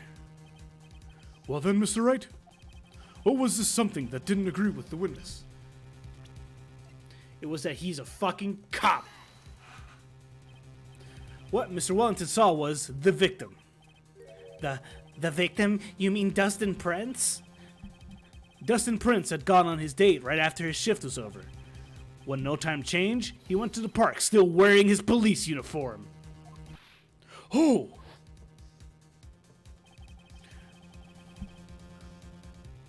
The girl that picked up my phone is with a policeman. He couldn't have known that they were going out, so he began to worry. He was afraid that the policeman would ask a few questions before returning the phone. If I do anything suspicious, he may run a check on my phone. In his mind, it was possible they had already run a check on the phone. And he went into a panic. Is this what you're saying? Exactly. Officer Prince was murdered simply because he was in uniform. Mr. Payne, do you have any comments? I'm thinking... It seems the truth has come out at last. The witness, Mr. Wellington, you are... Oh my god! Impressive, not bad for a person with a third-rate education. What's that supposed to mean? The evidence! That guy's really creeping me out. All you've been waiting around is talking about his suspicious cell phone.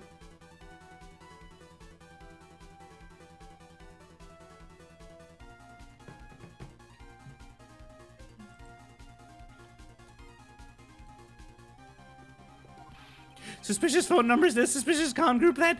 They're all on that phone. But who's to say that phone is really mine? Where's your proof? Your evidence? You want proof that this phone is yours? I already told you earlier. That phone I lost, I've already found it. You don't have even the slightest idea on the phone in your hand belongs to. You can't be sure it isn't mine, you simpleton. What? Time to save? Oh yeah, huh. If it's good to see you squirm.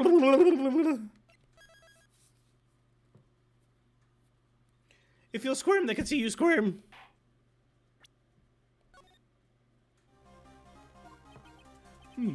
We do seem to have a problem on our hands with this phone. Whose phone is it? Without knowing that, it's meaningless as evidence. Your Honor, this is bad. I can't let him turn the tables on me like this. This cell phone. There has to be something I've overlooked. There's gotta be. Maybe.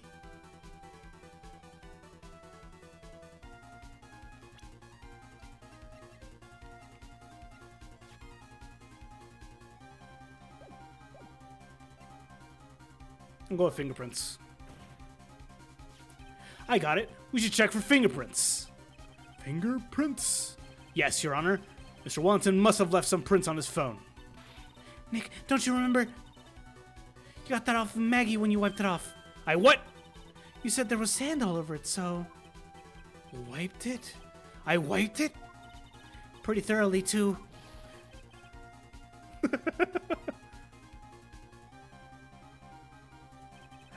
It's oh so much fun watching third-rate trash babble like the morons amongst themselves. Ugh, you made a complete recovery.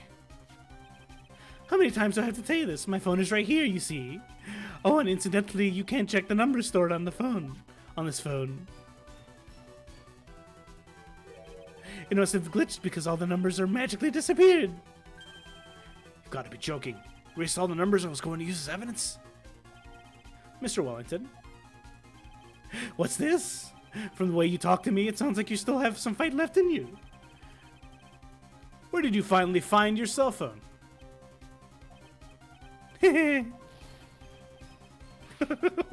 You're too much. And of course you have no idea what I'm talking about.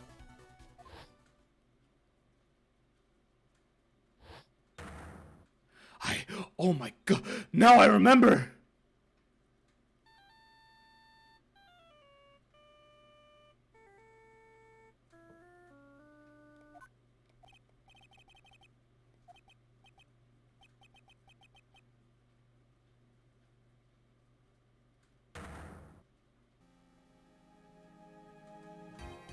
So that's when.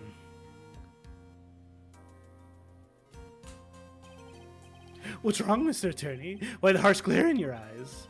Nick, we worked so hard to get this far, but if you don't do something quick, he's gonna get off scot-free. I know this phone has to be his. But how am I supposed to prove anything like that? Mr. Wright, if you cannot prove who the owner of the cell phone is, your indictment has no basis, and therefore no power. Looks like you came up with the penny short. Where did I go wrong?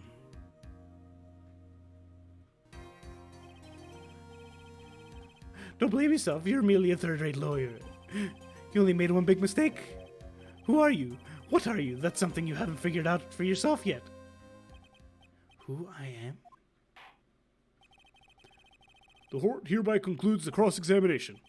If that will be all, I'll have to bid you gentlemen and ladies goodbye. I have a reservation at the ultra-fancy restaurant on the upper side of town. Thank you for the assistance. You've had a stressful day, so please, bon appetit. What am I supposed to do? What am I supposed to let him go like that? Mm.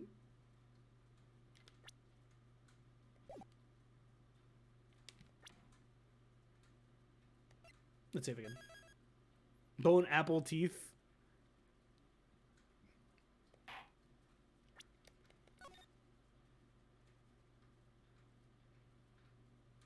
If I wait and see, he might spill the beans, but if I raise an objection, I might be able to pull something out of my ass. Please wait, Your Honor. All right, Nick. I think I may be able to prove it. Prove it? Prove what, Mr. Wright? Everything. Your Honor, the cross-examination has already ended. If he questions the witness with any more of his badgering... You will not harass the witness. Is that clear, Mr. Wright? What's your thought process? Did you hear that? No harassment allowed, Mr. Attorney. I'm guessing that since this phone is mine, if I call one of the numbers in here, it'll ring his phone. That's my thought process.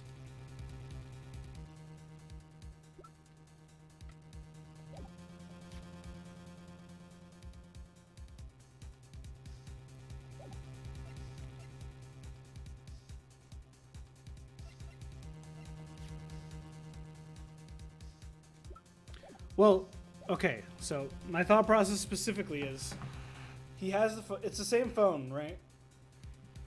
So he wiped the phone number. Oh wait, no, unless you replaced it. No, that's not gonna work. If I do still have his same phone number,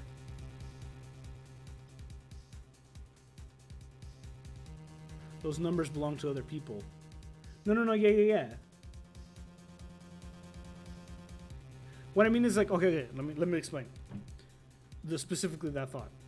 That if I have his original phone and he wiped it, he's using one of the other members' phones. So if I were to call one of the other members, the Wellington's phone would ring.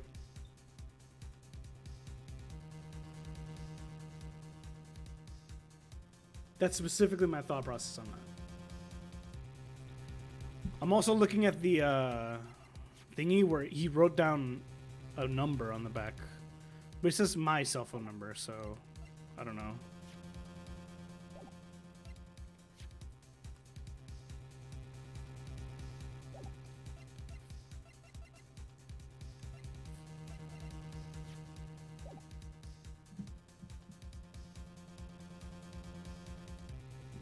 He clonked you out to get his phone, isn't it? Why would he have someone else's phone? Well, that's the thought process if he had his phone. No, if I still had his phone. If he has his phone, then that theory doesn't hold up. Because he says he has his phone. And then I guess I have another phone.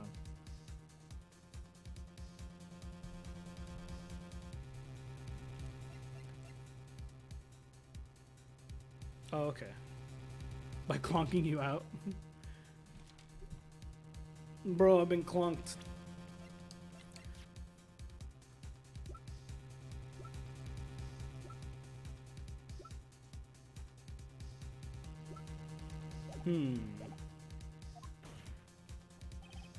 Please, Your Honor. Very well, but this is your last chance, Mr. Wright. You may present one piece of evidence to the court. I only get one shot at this? If you cannot prove anything, everything, it's over for your client and for you. Do you fully understand? Yes, Your Honor. I'm sure you are well aware, Your Honor, but the cross-examination period has ended. Were you paying attention, Mr. Payne? I said that Mr. Wright could present only one more piece of evidence. Oh. Now then, Mr. Wright, this is your last chance. It all comes down to this. It's go time. Please present the one piece of evidence that will explain everything.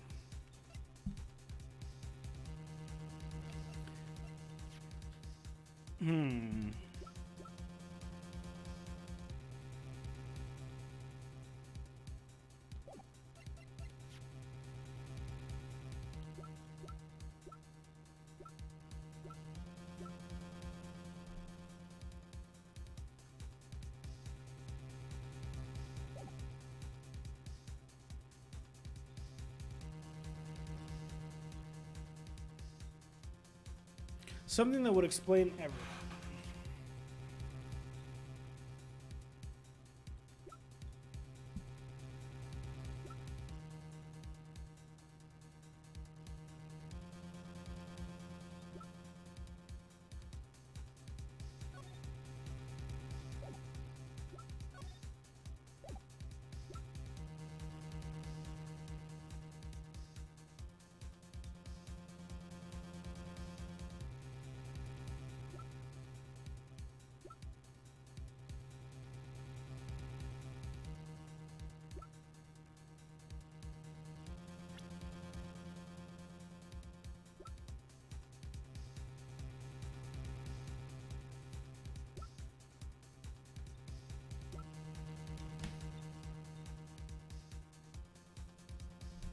Evidence that'll prove that it's his phone.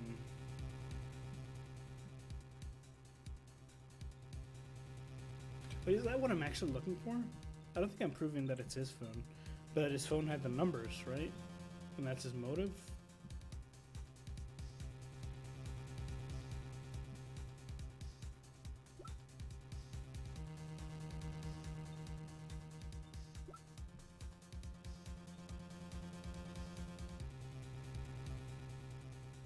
If I can prove what I have is his phone, I have him.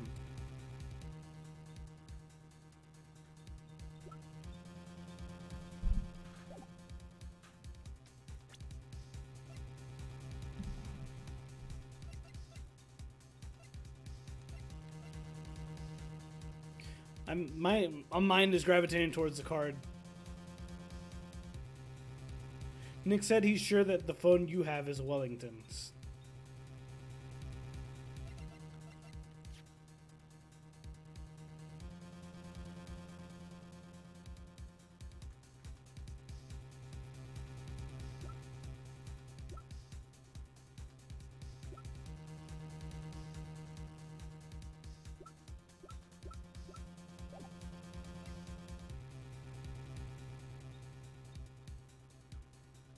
Nick said that he's sure the phone you have is Wellington's.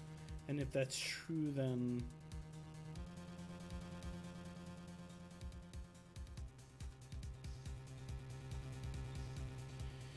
I can prove that I have his phone. Oh man, I'm drawing a complete blank here. Let me think. Okay. Let me think.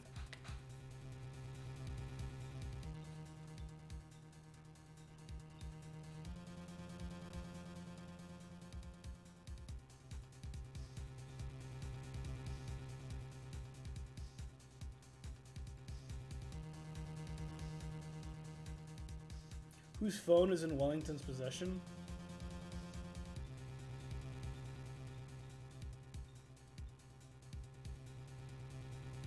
What I'm guessing is one of his con buddies.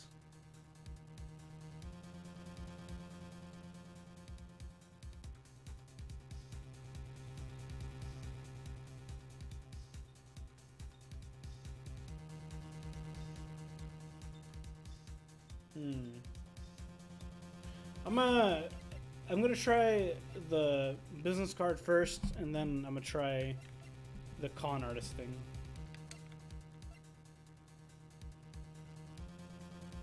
Why would his... Because he said he wrote this cell phone number on the back.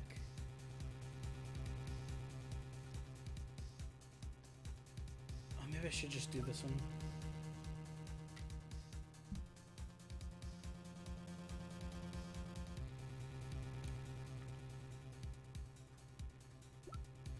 I'm gonna try this one. Is this your final answer? It's a bit disappointing. No, that was just a friendly gesture.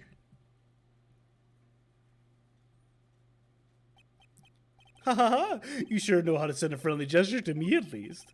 This is your absolute last chance, Mr. Wright. So no more of these friendly gestures. Oh, it exploded! Yes, Your Honor. Sorry.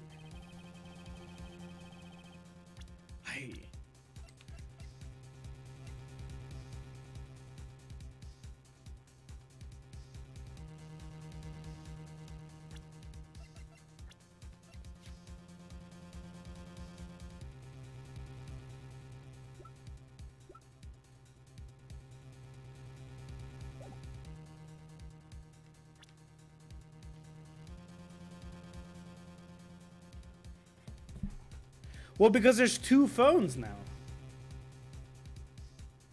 There's the phone I have and the phone that he has. Isn't that what the whole reason why we're having this issue in the first place?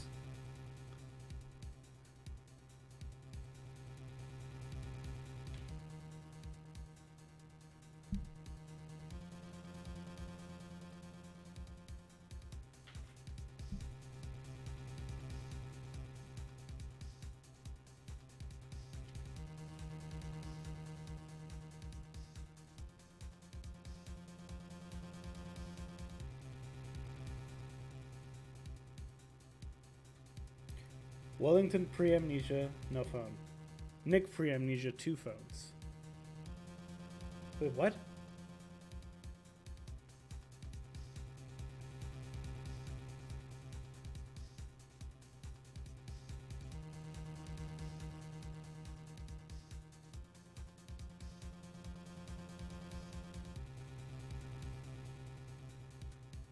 Yes.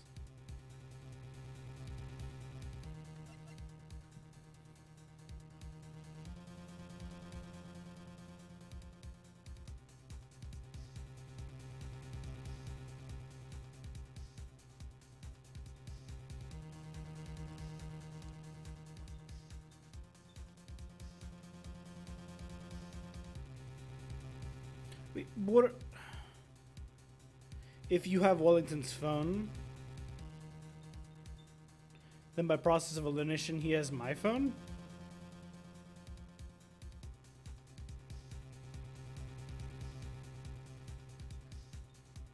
I guess that makes sense. But, like, aren't they the same phone? Like, that's why I'm, like, confused. That if it showed a different phone, I'd be like, oh, okay, that's my phone. Because that's the one that I'm used to, but, like, it showed the same image.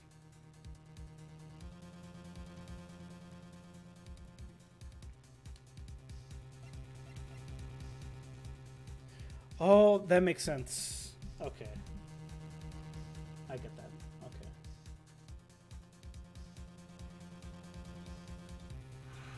That makes sense then. Yeah, okay. Why, thank you. How nice. Here, please have one of mine. Oh, now I have the judges.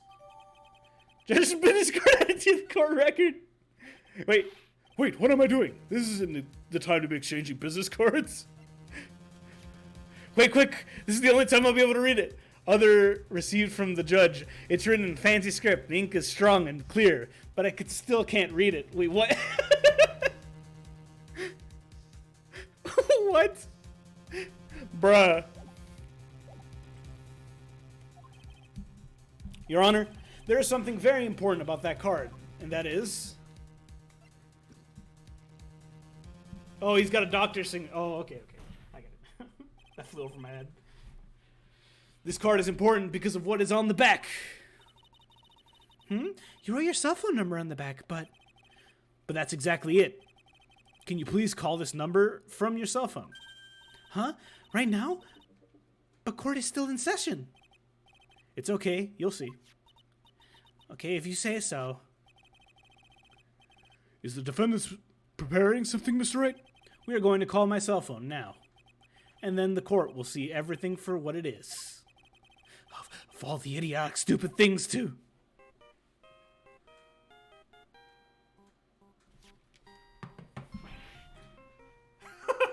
I see.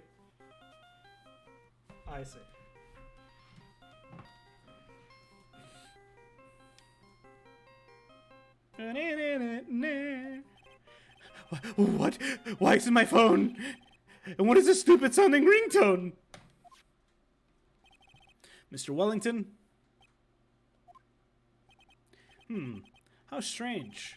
I could almost swear that you're holding my phone. You're... No, I can't. By the way, before I forget, thank you very much for the lump on my head this morning. I don't think I need to explain any further, except to say, when you went to retrieve your cell phone, you mistakenly took the wrong one.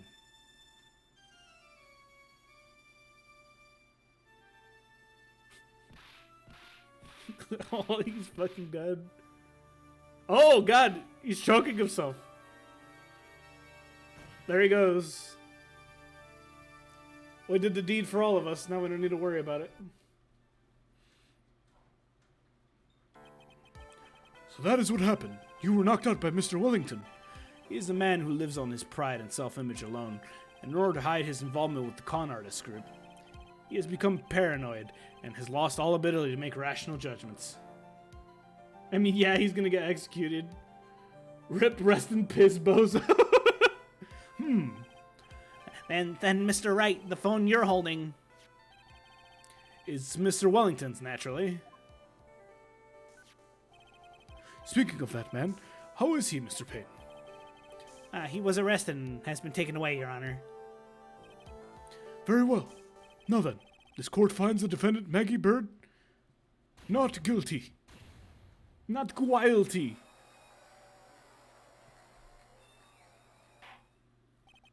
That is all. The court is adjourned.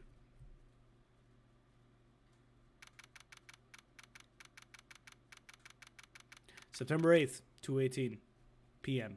District Court, lobby number 1. Oh no. I knew that was the real you would shine through eventually. I am so motivated by what you've done for me, sir. Thank you so much, Mr. Wright.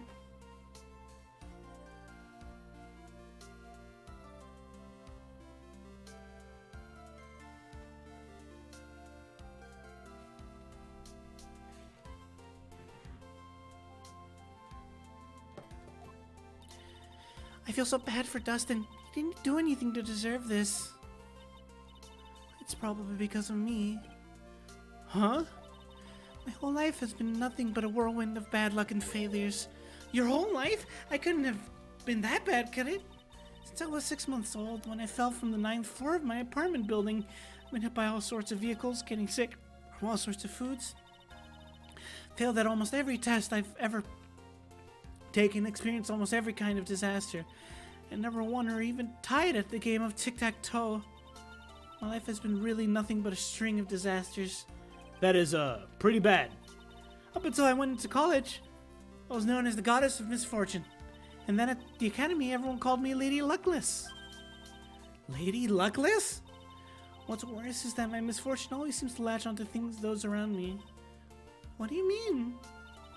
When I see someone in trouble, I always try to help. Ah, that's right. We were talking about this earlier. It happened again recently too, sir. There was an old lady pacing back and forth by the pedestrian crosswalk. I gave her my hand, and before I knew it, we were having dinner at my house.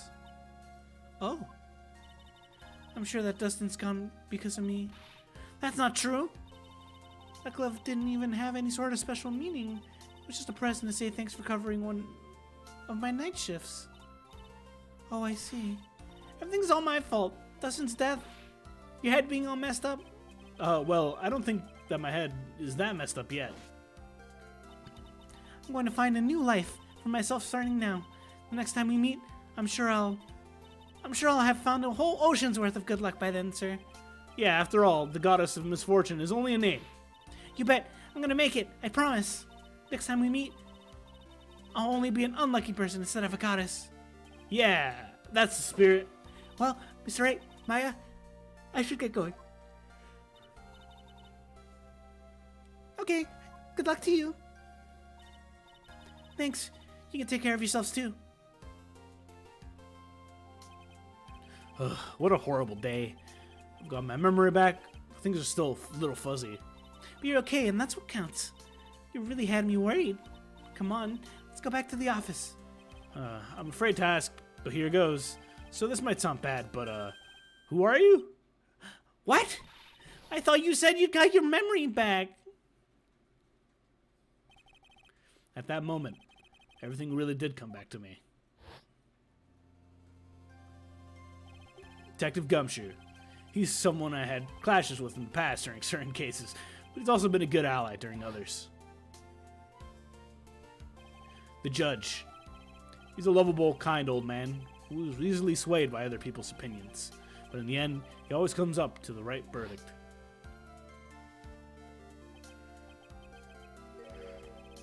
This person, I haven't gotten a clue. He seems to know me, but maybe he's mistaking me for someone else. And this girl, Maya. You finally remembered. This is Maya Fey, my assistant. That's right. I have so many unforgettable memories about her. For example, Nick, what's wrong? You keep staring at me. Don't tell me you've missed me. Well, yeah, I suppose I have. Felt like I haven't seen you in ages. Oh? Well, I'm back now. So it's time for us to create new memories together. Alright, sounds good. All the phone numbers on my phone were erased by Mr. Wellington. I just have to start over from the very beginning. It's only been a few weeks, Maya. Come on, Nick. Let's go for our usual burger joint. Okay. Actually, it hasn't even been 2 months since she came back into my life. Ah, I see. And that story began on one rainy afternoon 2 months ago. The Lost Turnabout.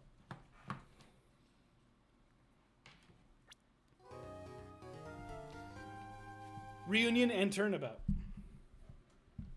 Are we going in the past now?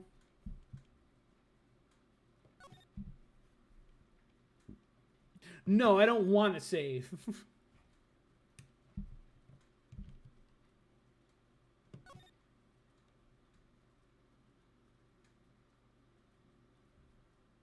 That was no accident.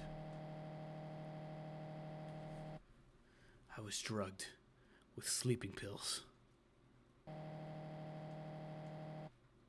I was murdered by that person.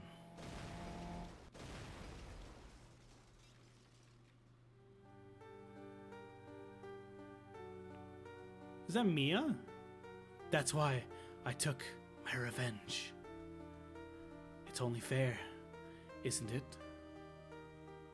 Eenie.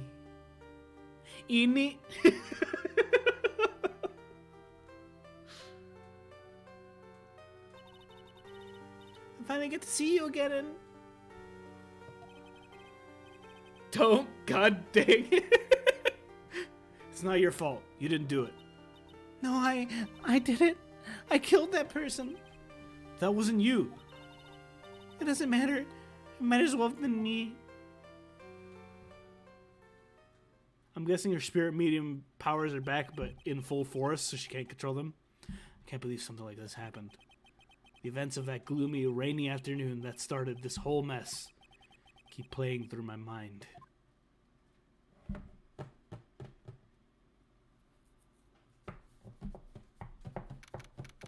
God dang it.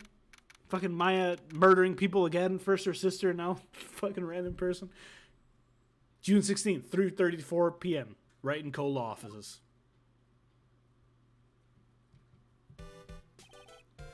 What depressing rain. Do you understand how depressed that makes me? Do you? Oh, I guess. But actually, more than being depressed, I'm angry. Angry that the weather girl on TV. I think our little rainy spell will take a break with this day of sun. Is that what the girl said? I stake my life on it. Well, it's the weather. But that's why I didn't bother to bring an umbrella today. What a nerve calling herself a weather girl. She's going to hear about my $1,500 suit. About your case. Unless you're planning on suing the weather girl? I'm sorry. I thought that was before we got down to business. I'm gonna have some friendly chatter. My name's Dr. Turner Gray. I'm a surgeon. Remind me to never end up under his knife. I'm here today because of this incident. Malpractice at the surgical clinic? 14 inpatients lose their life. Holy shit! Oh, you're the doctor I had. It's really quite upsetting. Do you hear me? Upsetting! Yeah, I heard you. I agree. It's quite upsetting, Dr. Gray. The one that screwed up was that nurse. Was her that got the medications mixed up and killed those 14 patients. And yet, now listen good, and yet, the nurse had the nerve to go and die before admitting to her wrongdoing. She didn't even offer any sort of explanation to me, and this is the kicker. She up and has herself a grand old accident, crashes her car. Smash, crunch, instantly transforming her into an accordion model. Jesus Christ.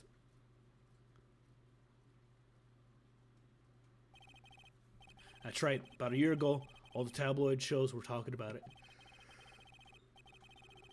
14 victims of medical malpractice in the nurse's mysterious fatal accident. There were rumors that Dr. Gray had actually caused the crash.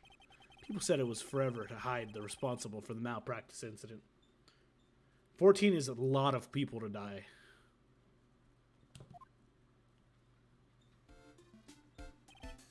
Why would I? No, I'm going to say this once. Why on earth would I want to kill that nurse? She's the one who killed those 14 patients, not me. I think you need to take a deep breath, Doctor, and focus. More to the point, this case is over a year old. Why bring it up now? That's simple, because the situation is slipping out of my grasp. This just won't do. My clinic isn't seeing nearly as much patients nowadays. Do you understand what that means? It means they're not coming into the clinic. You don't say. If it were me, I don't think I'd want to go either. So, what would you like for me to do? I want you to help me prove I'm innocent. Do realize that the lawyer, not a private investigator, right? No, this is something only you. No, this is something only you can do. Maya Fey. You know this girl, correct? Maya? Why would you know her name? I heard you were working under her for a little while. Well, yes, I mean... Hey, wait a second here! I worked under her? Yeah, am I wrong? She told me, so I'm not quite sure if... Well, we worked a few trials together, but she went back to her hometown to undergo more training. Haha, yes, I heard. It must be lonely for you. What? Wait, no, I'm not. She must be an extraordinary girl to handle such rigid training. Huh? I have an acquaintance who knows about a lot of these things, mystical sort of things. She's the one who introduced me to Miss Fey. It's Maya. Really that famous? And I've already set up an appointment. For what? What else? A channeling. The man is so shady. I'm gonna have her call the spirit of that nurse that went to go get herself killed. Oh. Maya, I wonder what she's up to right now. We, the women of the Fae family, have always been spirit mediums. It's because the power of communication with spirits flows strongly with us, strongly through us. That's what she told me. She's learned to accept her responsibility and become an adult. No. Not counting training. This will be the first time I channel a spirit. She gave me one condition before accepting my request. A condition? The condition is you, Mr. Wright. She said that she wouldn't do channeling without first seeing you again. Me? This is why I've searched you out. You want to see her too, don't you? Interesting. And so, that is how I ended up visiting Maya's hometown with the doctor. Oh god, her hometown. June 19th, 1:25 p.m. Curain Village. Curain Village. Cured Rain. So this is Curain Village. Maya's hometown. Who is this sassy lost child? Why, hello there. What an odd little girl. Hey, what up, Pearly? Huh? Someone else is coming this way. Nick! Mamma mia. How are you? It's good to see you again. Wow! I didn't think you'd really show up. It's not that big of a deal. It made it sound like you were so far away. Well, maybe I exaggerated just a little. It was only 2 hours by train. If I'd have known you were this close, I would visit more. No, you're not allowed. I already decided, you know. So I become an adult, I have to work hard and be strong by myself. Oh, well. Anyway, congratulations. I'm glad to hear training is going very well for you. Hey, yo, take a look at this sick attorney badge. It's good to see this tarnished badge again. Wow. What do you mean by tarnished? Well, look, this badge is like every other. It's bound to lose its color and shine after years and years. But you know, polishing it up once in a while wouldn't be a bad idea. I don't want it. Looks like you've finally become a full-fledged medium, taking on your first job. Yeah, I didn't think it would be this soon. But this case, do you know the messy story behind it? Behold the power of Maya's intelligence network. Let's see. 14 people died because of malpractice on Dr. Gray's part, right? And to pin the blame on the nurse. He killed her in what appeared to be a car accident. Huh? So what is this Maya intelligence network anyway? The tabloids. Oh. That's what I thought. I'm just pulling your leg, Nick. What really happened is the exact opposite. I heard it all from Dr. Gray.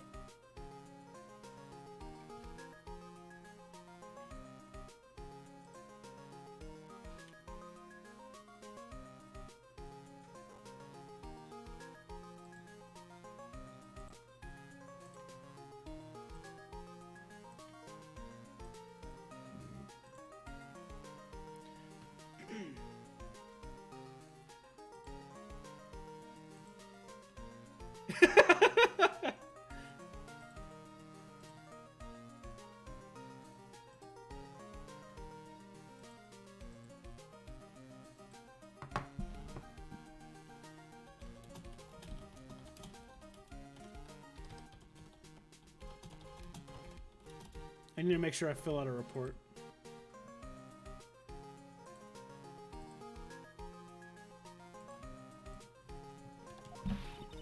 Oh, come on, Nick. I wouldn't take a crazed killer as a client.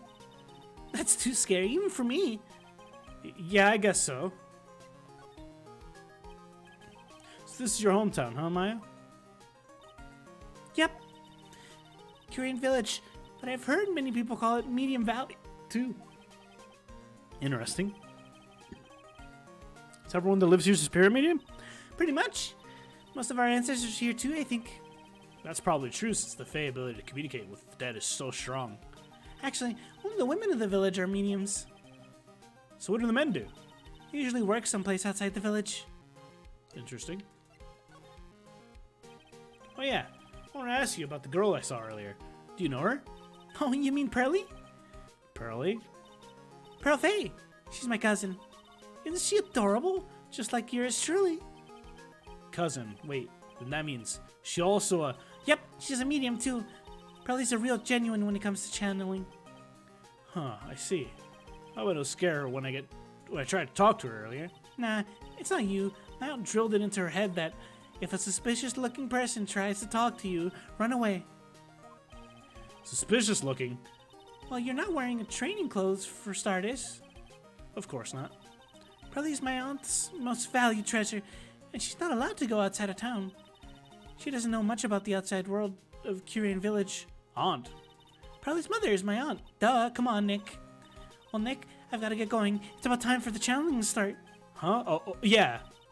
I'm doing the channeling in my house, so come on in, okay? After I'm done, we can grill up some juicy burgers. Alright, good luck, Maya. Thanks. Well, at least she still seems perky, Maya.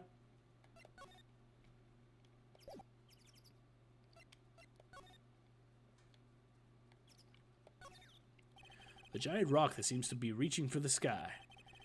Its origins were written on a beat-up old sign. It looks like this giant rock is called Kurain Boulder. There's a really complex explanation written here. But long story short, it's a big stone for spirits to live in. Or something like that. Interesting. Oh, bus stop. It says Kurain Village. And the signpost. On the signpost.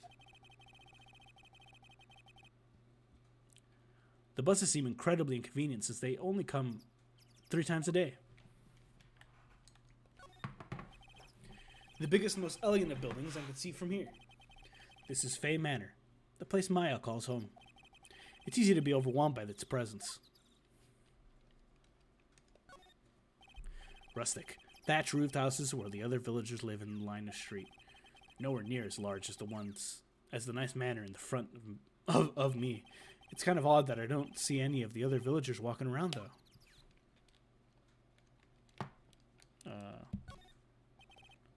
The biggest, most elegant of the buildings I can see from here.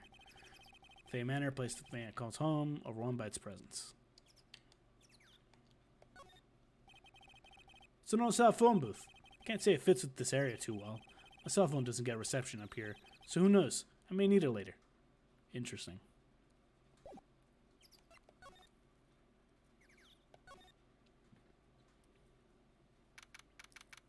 What is this, a gym? June 19th, Fay Manor, meditation room.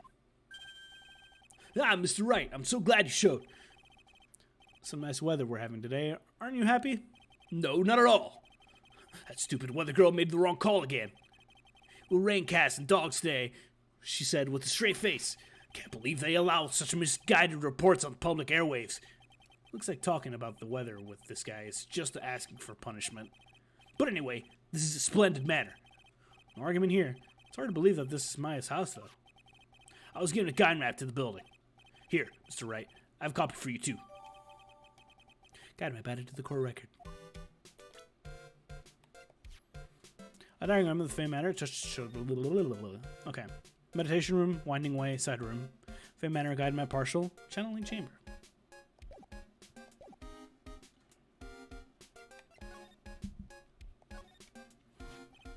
Look, here's my attorney's badge. They're trying to compete with me and my profession with that piece of scrap. I'm a surgeon. Compared to you lawyers, I'm practically a saint. Yes, well, I don't exactly have any patience right now. But, and listen good, I'm not gonna make that one mistake. I'm not the one that made the mistake. This doctor needs his head examined. Oh, this manor's really nice, don't you think? Do you honestly think that this place is that impressive? Don't make me laugh. Huh? This is the countryside. Land here is dirt cheap. I still have something much greater one day. I'll build my own grand mansion. Do you hear me? A grand mansion. This manor will seem like nothing. Could you keep that shaking fist away from my face? Thanks.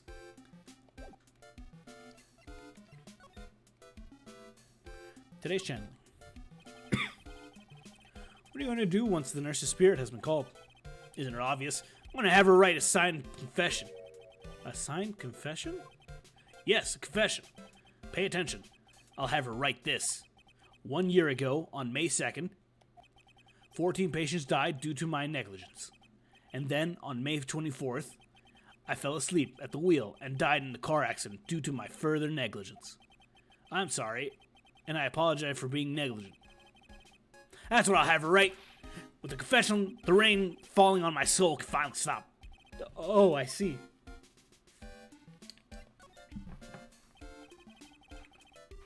So how did you hear about Maya Fane? I heard about her from an acquaintance, a girl studying the occult at the college. Why do I feel like I should know who this is? That girl introduced me to the village. I really feel like I should know who that is. This is the home of the Curian School of Channeling. The home, huh? Miss Maya is the daughter of the master, I hear. Master? Anyway, do you see that door? That's the room where people and spirits meet. Miss Maya's aunt is in there right now. Would you care to meet her? I mean, alright.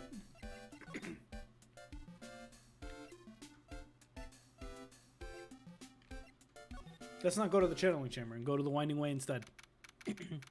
June 19th, Fay Manor, winding way. Wow, this garden is really breathtaking. Someone put a lot of love into it. What is that over there? Is that an incinerator? Looks a little out of place in a garden like this.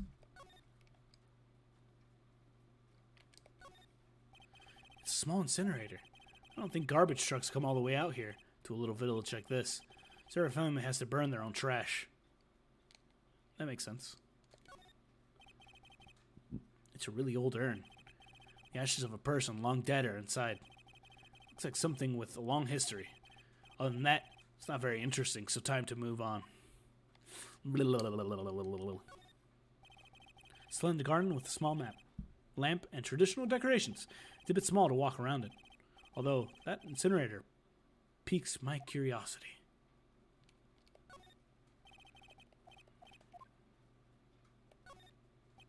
It looks like there's a room over there, too. Peaceful feeling that is emanating from it.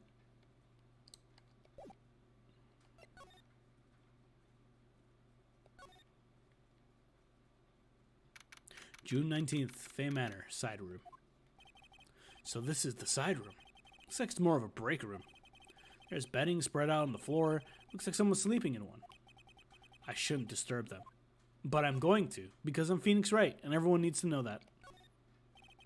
There's bedding spread out, blah, blah, blah. Is that someone sleeping in the And that one over there? She's probably exhausted medium, taking a break and catching some Z's. If I wake her up, she might be grumpy and could throw a spell on me. It's probably a good idea to not disturb her sleep. No, but you don't understand. I've been invited here and I'm about to make it everyone's problem. This is the first time I've seen a sliding door like this in person. From here, I can see the winding way, the little garden in the courtyard. It's a small alcove. I have no idea what it's supposed to mean or symbolize. If I had one of these in the office, it would end up as storage space. But here, it's decorated with some pretty flowers. Beautiful Haggy scroll. It's decorative wooden bear sculpture. There's a plate attached to the base. Curian Village, the heart of channeling. What the? It's a souvenir. So does this mean it's easy to spot bears here? And for them to spot you? Ooh.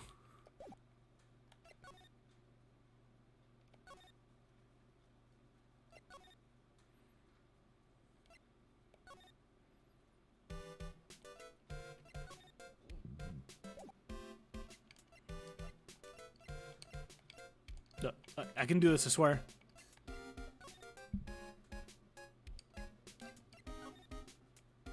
I don't know why that was so difficult. Whoa. Which reminds me of that room in Fatal Frame. June 19th.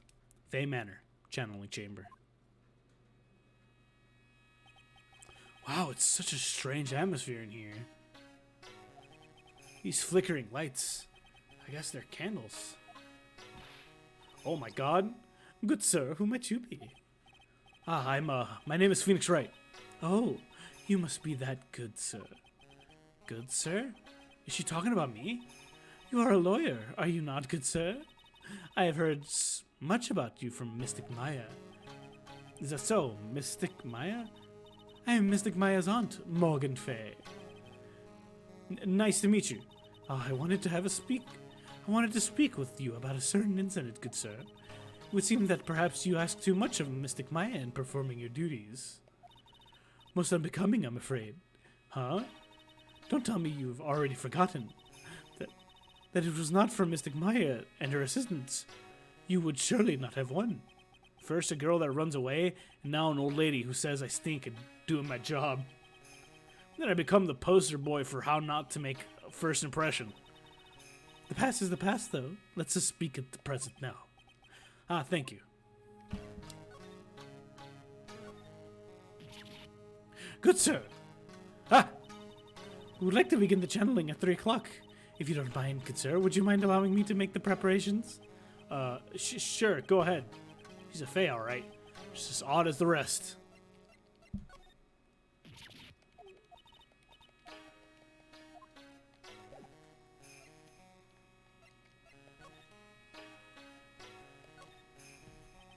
So why do you add Mystic to Maya's name? Isn't that a little strange?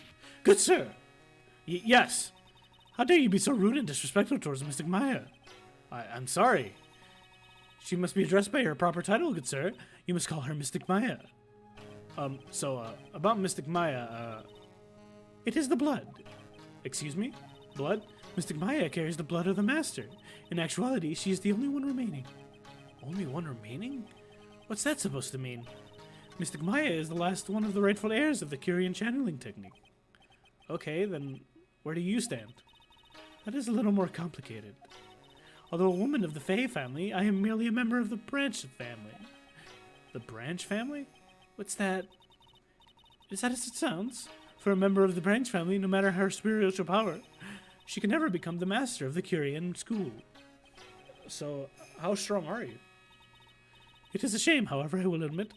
I cannot even begin to compare the loneliness of my powers to the Master's. So that's how it is. Thank you for inviting me, but that was your first mistake. So today your channeling will be her first? Yes, good sir. Because the spirit of a person who dies in a traffic accident is usually very strong. It is usually easier to call that person to our world. Traffic accident? Indeed. The channeling will take place from here in this channeling chamber, good sir. As you can see, I am in the process of preparation. So this room is the channeling chamber? The place where the spirit mediums spark with those who have departed. I suppose you'd mind if we observe the session? Do not think of such nonsense. Only the medium and the client may enter here.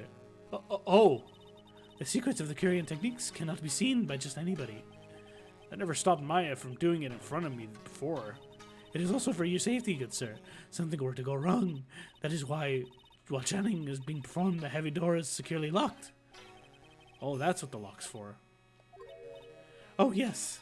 I wonder if you have yet to meet Pearl, good sir. Pearl? She's an adorable, angelic young girl.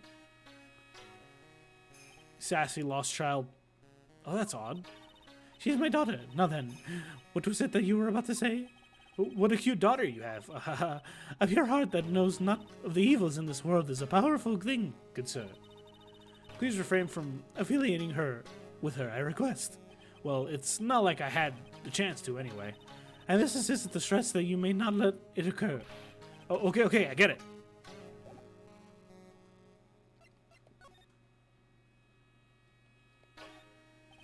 This folding screen is really showing its age. All of its edges are a bit tattered. The lettering is faded too. I think I recognize a few of the characters on there. Kura-in... I'm pretty sure that's what it says. Maybe I'll ask Maya about it later.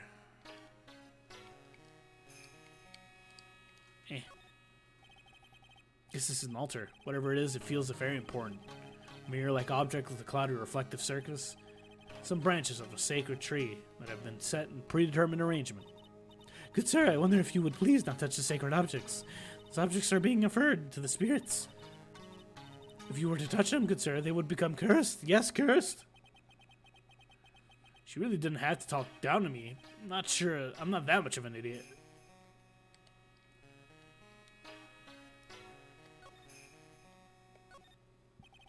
The meditation room is on the other side of this very heavy-looking door. There's a giant iron lock where the handle is. It feels like a curtain that separates the normal world from the spirit one. This is where the medium sits, I assume. There are 4 panels on this flooring. Straw on the flooring feels damp, probably from the humidity in the air.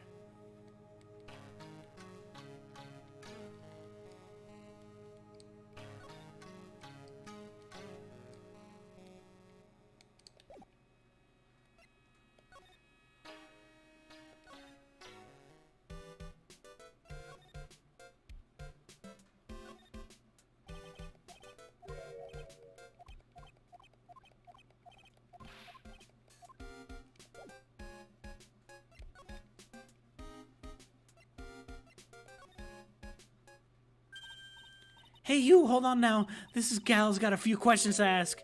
I'm sure I've heard that southern accent before. Oh, well, I'll be. It's Mr. Phoenix Wright. How you been?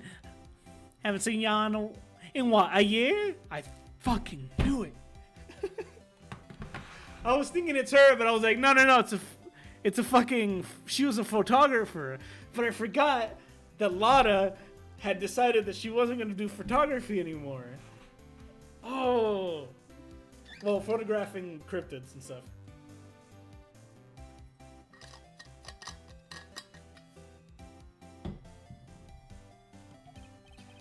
You are, lot of heart, lot of hair, lel. You're a lot of heart, right? Bingo! I'm the one and only paranormal photographer, a lot of heart. Ah, so I guess you're still at it, being a photographer, I mean. Of course. And today I'm gonna get myself a real scoop. You wait and see. Oh, that's right. This ain't no time to be wasting time. The challenge about to get started. Is it about that time already? Well, hurry up and get to the meditation room. What are you waiting for around for? Come on. A lot of heart, huh? I've been judging her harshly because of that case. But I guess looking back, I had some good times too.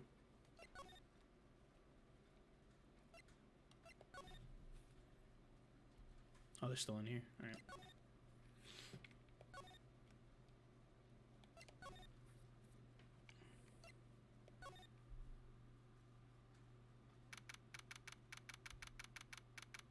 June 19th, Fey Manor Meditation Room. We will now begin the channeling. Mystic Maya and honored guest, please proceed into the channeling chamber. With this, I finally squat all those pesky files once and for all. You hear me? They won't be able to say a single bad thing about me after this. You would hear that and apologize, wouldn't you? Wouldn't you, Mr. Wright? Me? Yeah, I'm sure they would. Mystic Maya, do you have a channeling chamber key? Yep, right here. That is the most satisfactory. That is the key, one of a kind. Please take care of it well. I'll be fine, Aunt Morgan. I won't lose it, trust me. Okay, Mr. Gray, Dr. Gray, let's get started. Yeah, you wasted her film? I see. Finally, let's get started. Let's go. Click. Now let us wait patiently out here for them. Please have some lovely bitter green tea and jaw-droppingly large strawberry desserts. Hold on now, Granny.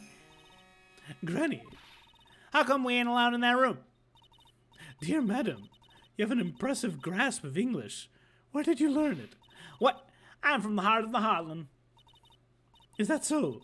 Then I humbly request that you return to the heart of the Heartland. But what are you? This is the Curian village. If you cannot follow our traditions and rules, we request that you leave. Sorry. Oh, shut a lot up. Now that's impressive. Now then, let us wait.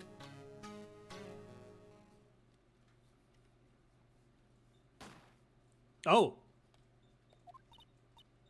Hey now, what was that just now? Hey now, what was that just now? Came from inside the channeling chamber. Hey, that's a gunshot. Excuse me? I heard that sound before. It's a gunshot. I bet my afro on it. Maya's in there. Miss Faye, what should we do? Yellow baited chicken liver. What are you waiting for? Kick it down already. But the key is one of a kind. In this world, there's only one. Even I am powerless to open that door. There really is no other way, alright? Stand aside, I'm going to break the door down. Wait, please. That sort of recklessness. Yeah, that's what I call for being a man.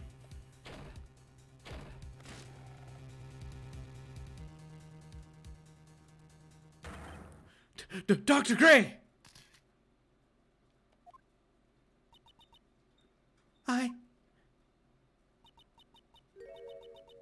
I was murdered. Maya? That man murdered me. So I killed him. What? Lotta, at a time like this? Times like this are perfect for snapping up shots. But anyway, what's going on here? This gal, is she Maya? Step away from here. Step away from here. Please leave this area to me. Go quick and inform the police. But, hurry, before there are more victims here. Hey, let's go, city boy. Let's leave this to Granny. Gran. June 19th, Curian Village.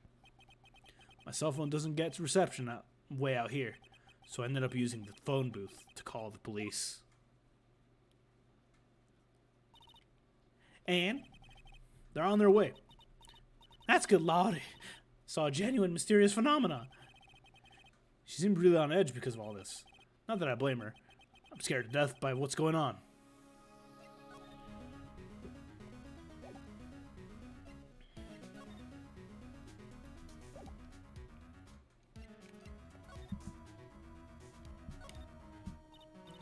Hey, let's be here soon, right? The police, I mean. Hey, they'll be here soon. I reckon you should be getting back to the crime scene, you know? Yeah, I guess so.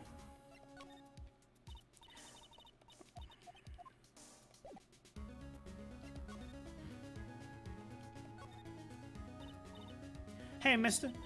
That gal, Maya, she wasn't the one that pulled the trigger, was she? Oh, yeah.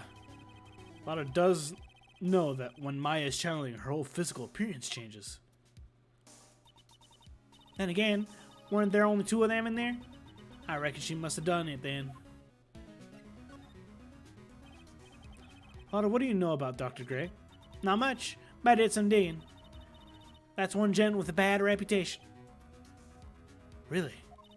I hear he's good at surgery and stuff, but his personality stinks like wet sheep. I sort of got the same impression myself.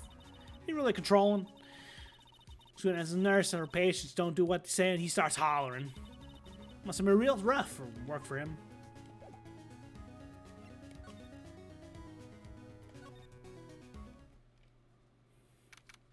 June 19th, Faye Manor Meditation Room.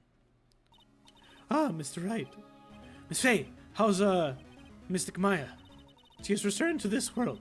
The spirit severing technique was successful. Let me see her, please. She is still unconscious. I humbly request that you wait outside for her recovery. Guess I just have to wait. The police are here. Sorry to keep you waiting. Huh? You again. What are you doing all the way out here, Detective Gumshoe? It's actually kind of funny. I was in the area for a business trip, pal.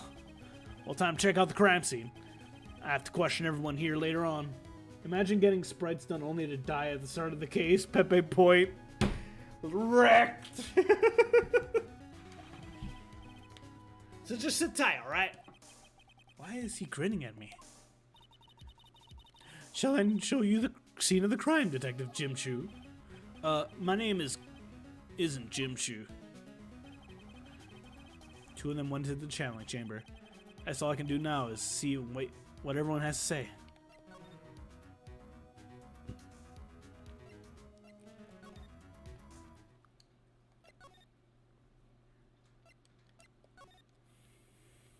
Oh no, there's two beds. Pretty sure there was someone else sleeping here earlier. Like, how can I help you? Ah! That is like, so it isn't about time to start? Huh? Time to start what? You know, like, the channeling. Channeling? Oh! No, actually, the situation has kind of changed. Huh? Like, what do you mean? Please stay calm, but a murder has taken place. So, like, murder is this thing where, like, one person kills another, right? Yes, a person killed another person. Oh, that's, what are these words I'm looking for? It's like total a bummer. Yeah, after all that effort, that's all she has to say? Oh, I'm sorry, I forgot to, like, introduce myself. My name is Innie... At the college, I'm searching and studying parapsychology. Parapsychology? That's right. I think people like unusually call it occult studies or something. Like supernatural phenomenon, ESP, psychic powers, that sort of stuff. That's pretty out there. I'm Phoenix Wright, attorney at law. What's her name? I don't know. She didn't say anything. It's kind of strange.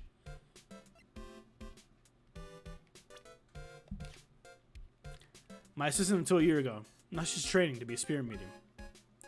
Great surgical clinic director. Had a malpractice incident, murdered during a channeling. Ran away as soon as she saw me. A girl who was Maya's little cousin. Maya's aunt, a member of the fake clan branch family. She is the mother of Pearl. Claims to be an investigative photographer. She only lives for the next scoop. Detective at the local precinct, charged with the initial investigation. College student. A huge fan of the occult and is doing research in parapsychology.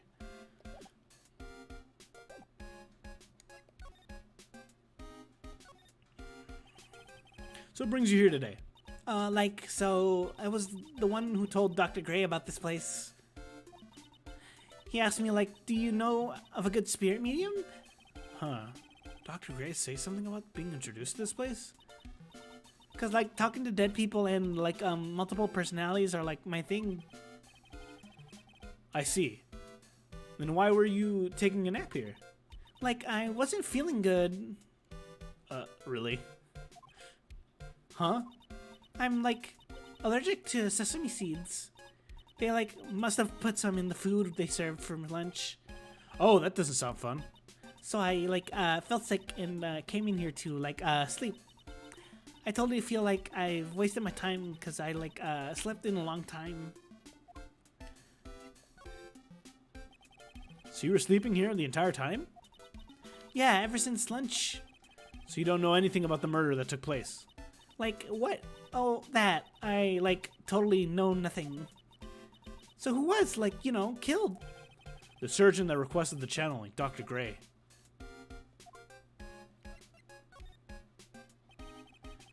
You and Dr. Gray knew each other, right? I don't know any Dr. Gray. Oh, really? That's not exactly what Dr. Gray said. Huh? Well, like a long time ago, I was like a patient, yeah. That sounds like she's trying to hide something.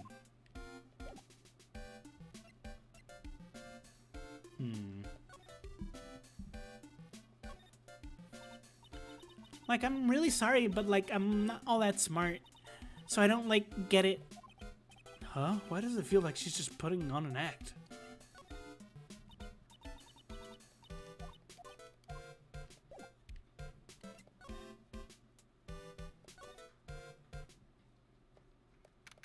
June 19th, Fay Manor. Winding Way. There's no one here, as usual. Oh!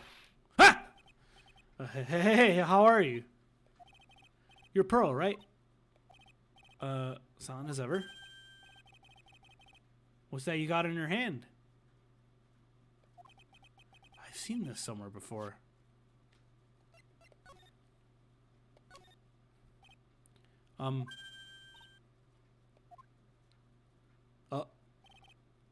What is it? Is it my hair? Is it too spiky? Not spiky enough?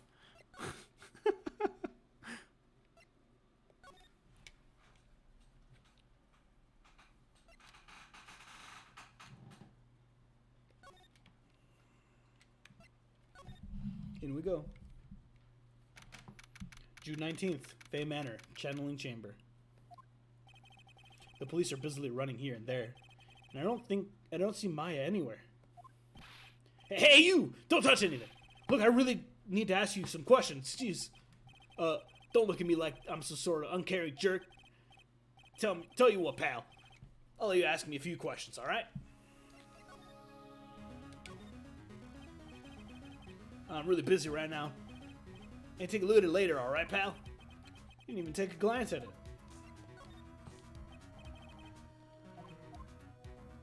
Oh, Nick just wants to get along with Pearl, Pepe hands.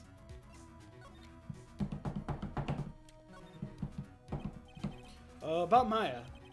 I hate to break it to you, this pal, but with the way things are looking now, that girl's the only one who could have done it. Yeah, only Maya and the victim were inside a room after all. But Maya is... Ask me more about it later, pal. Right now, I've got a job to do. That's collecting evidence. Detective Gumshoe looks like a real professional. Yes, something about his expression still looks the same. I have a hunch. And it requires holes in the wall. Oh, it's not broken. Hey, pal! No touching without my permission. I'm just looking at it. Hey, I can't be too careful. If a kid like her can be a murder suspect, now can I?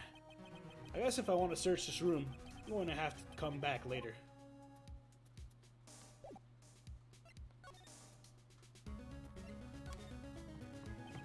So, Dr. Gray was shot with a gun, huh? He was shot in the forehead. But he was also stabbed in the chest with a knife. A knife? After being stabbed, the final blow was a shot from a gun.